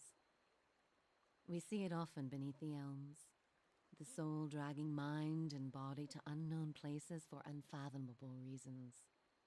You may have wandered into Theos's path many times, in many lifetimes, without an awakening to show you why. The only thing that's certain is you did not find what you sought. You said you know where he went. He has gone down beneath the tower to a place older than we, where the people of Engwith once walked. He makes his way to the buried city, Sun and Shadow. May he stay down there and rot with the remains of his people. He may yet. He won't be returning the way he came, that much is certain. He opened a secret path in the tower's base, and saw it destroyed behind him through some vile means. To get to him? We know of one. On the burial isle, through the court of the penitents, Braeth Yaman. A shortcut, in fact. Don't be cruel, sister. The way my sister speaks of is not for the faint of heart. A great pit at the center of a forgotten court, where faiths were judged in place of crimes. To most, it is simply a gateway to death. With the help of the gods, it can take you where you want to go. What do you mean with the help of the gods? The pit is said to have been a means of judgment by the gods. Those cast into it are meant to die. It is that way you must pass to reach Sun and Shadow. The court is old. We do not know much for certain, but it would seem only the gods themselves can grant passage. What is this court? No more than a ruin now. It is older than we, a place for the trial of heretics. We were not here to witness it, but at one time there was a group that refused to acknowledge the gods. Neither the first nor the last, of course, but these were numerous and all put on trial for it. Those who did not repent were cast into the pit and imprisoned below. The fall killed them, of course. The prison was not for people but for their souls, and their sentences were eternal.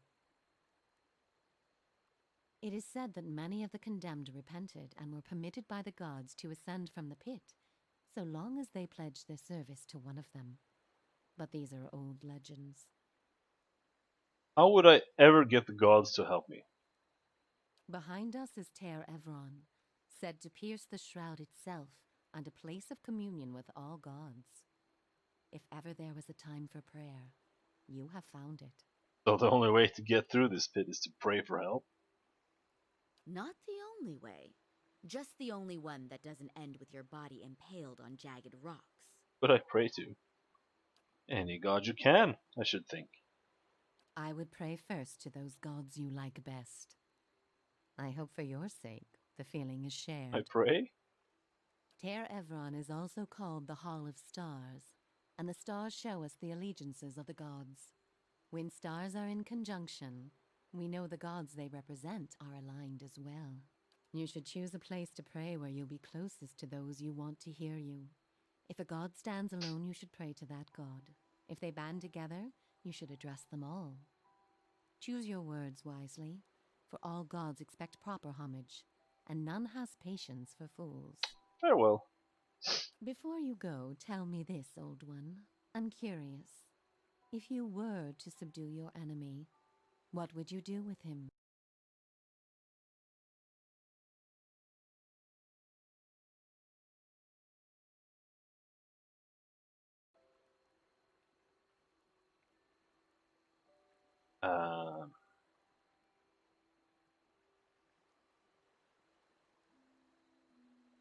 I won't know until I get there.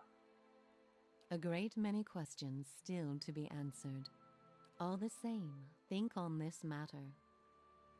Be assured in your course. In the end, it may mean all the difference, not just to his soul, but to yours. And be warned. Some questions have answers that can never be learned, and it is those that trouble the soul above all others. May you find an answer to yours.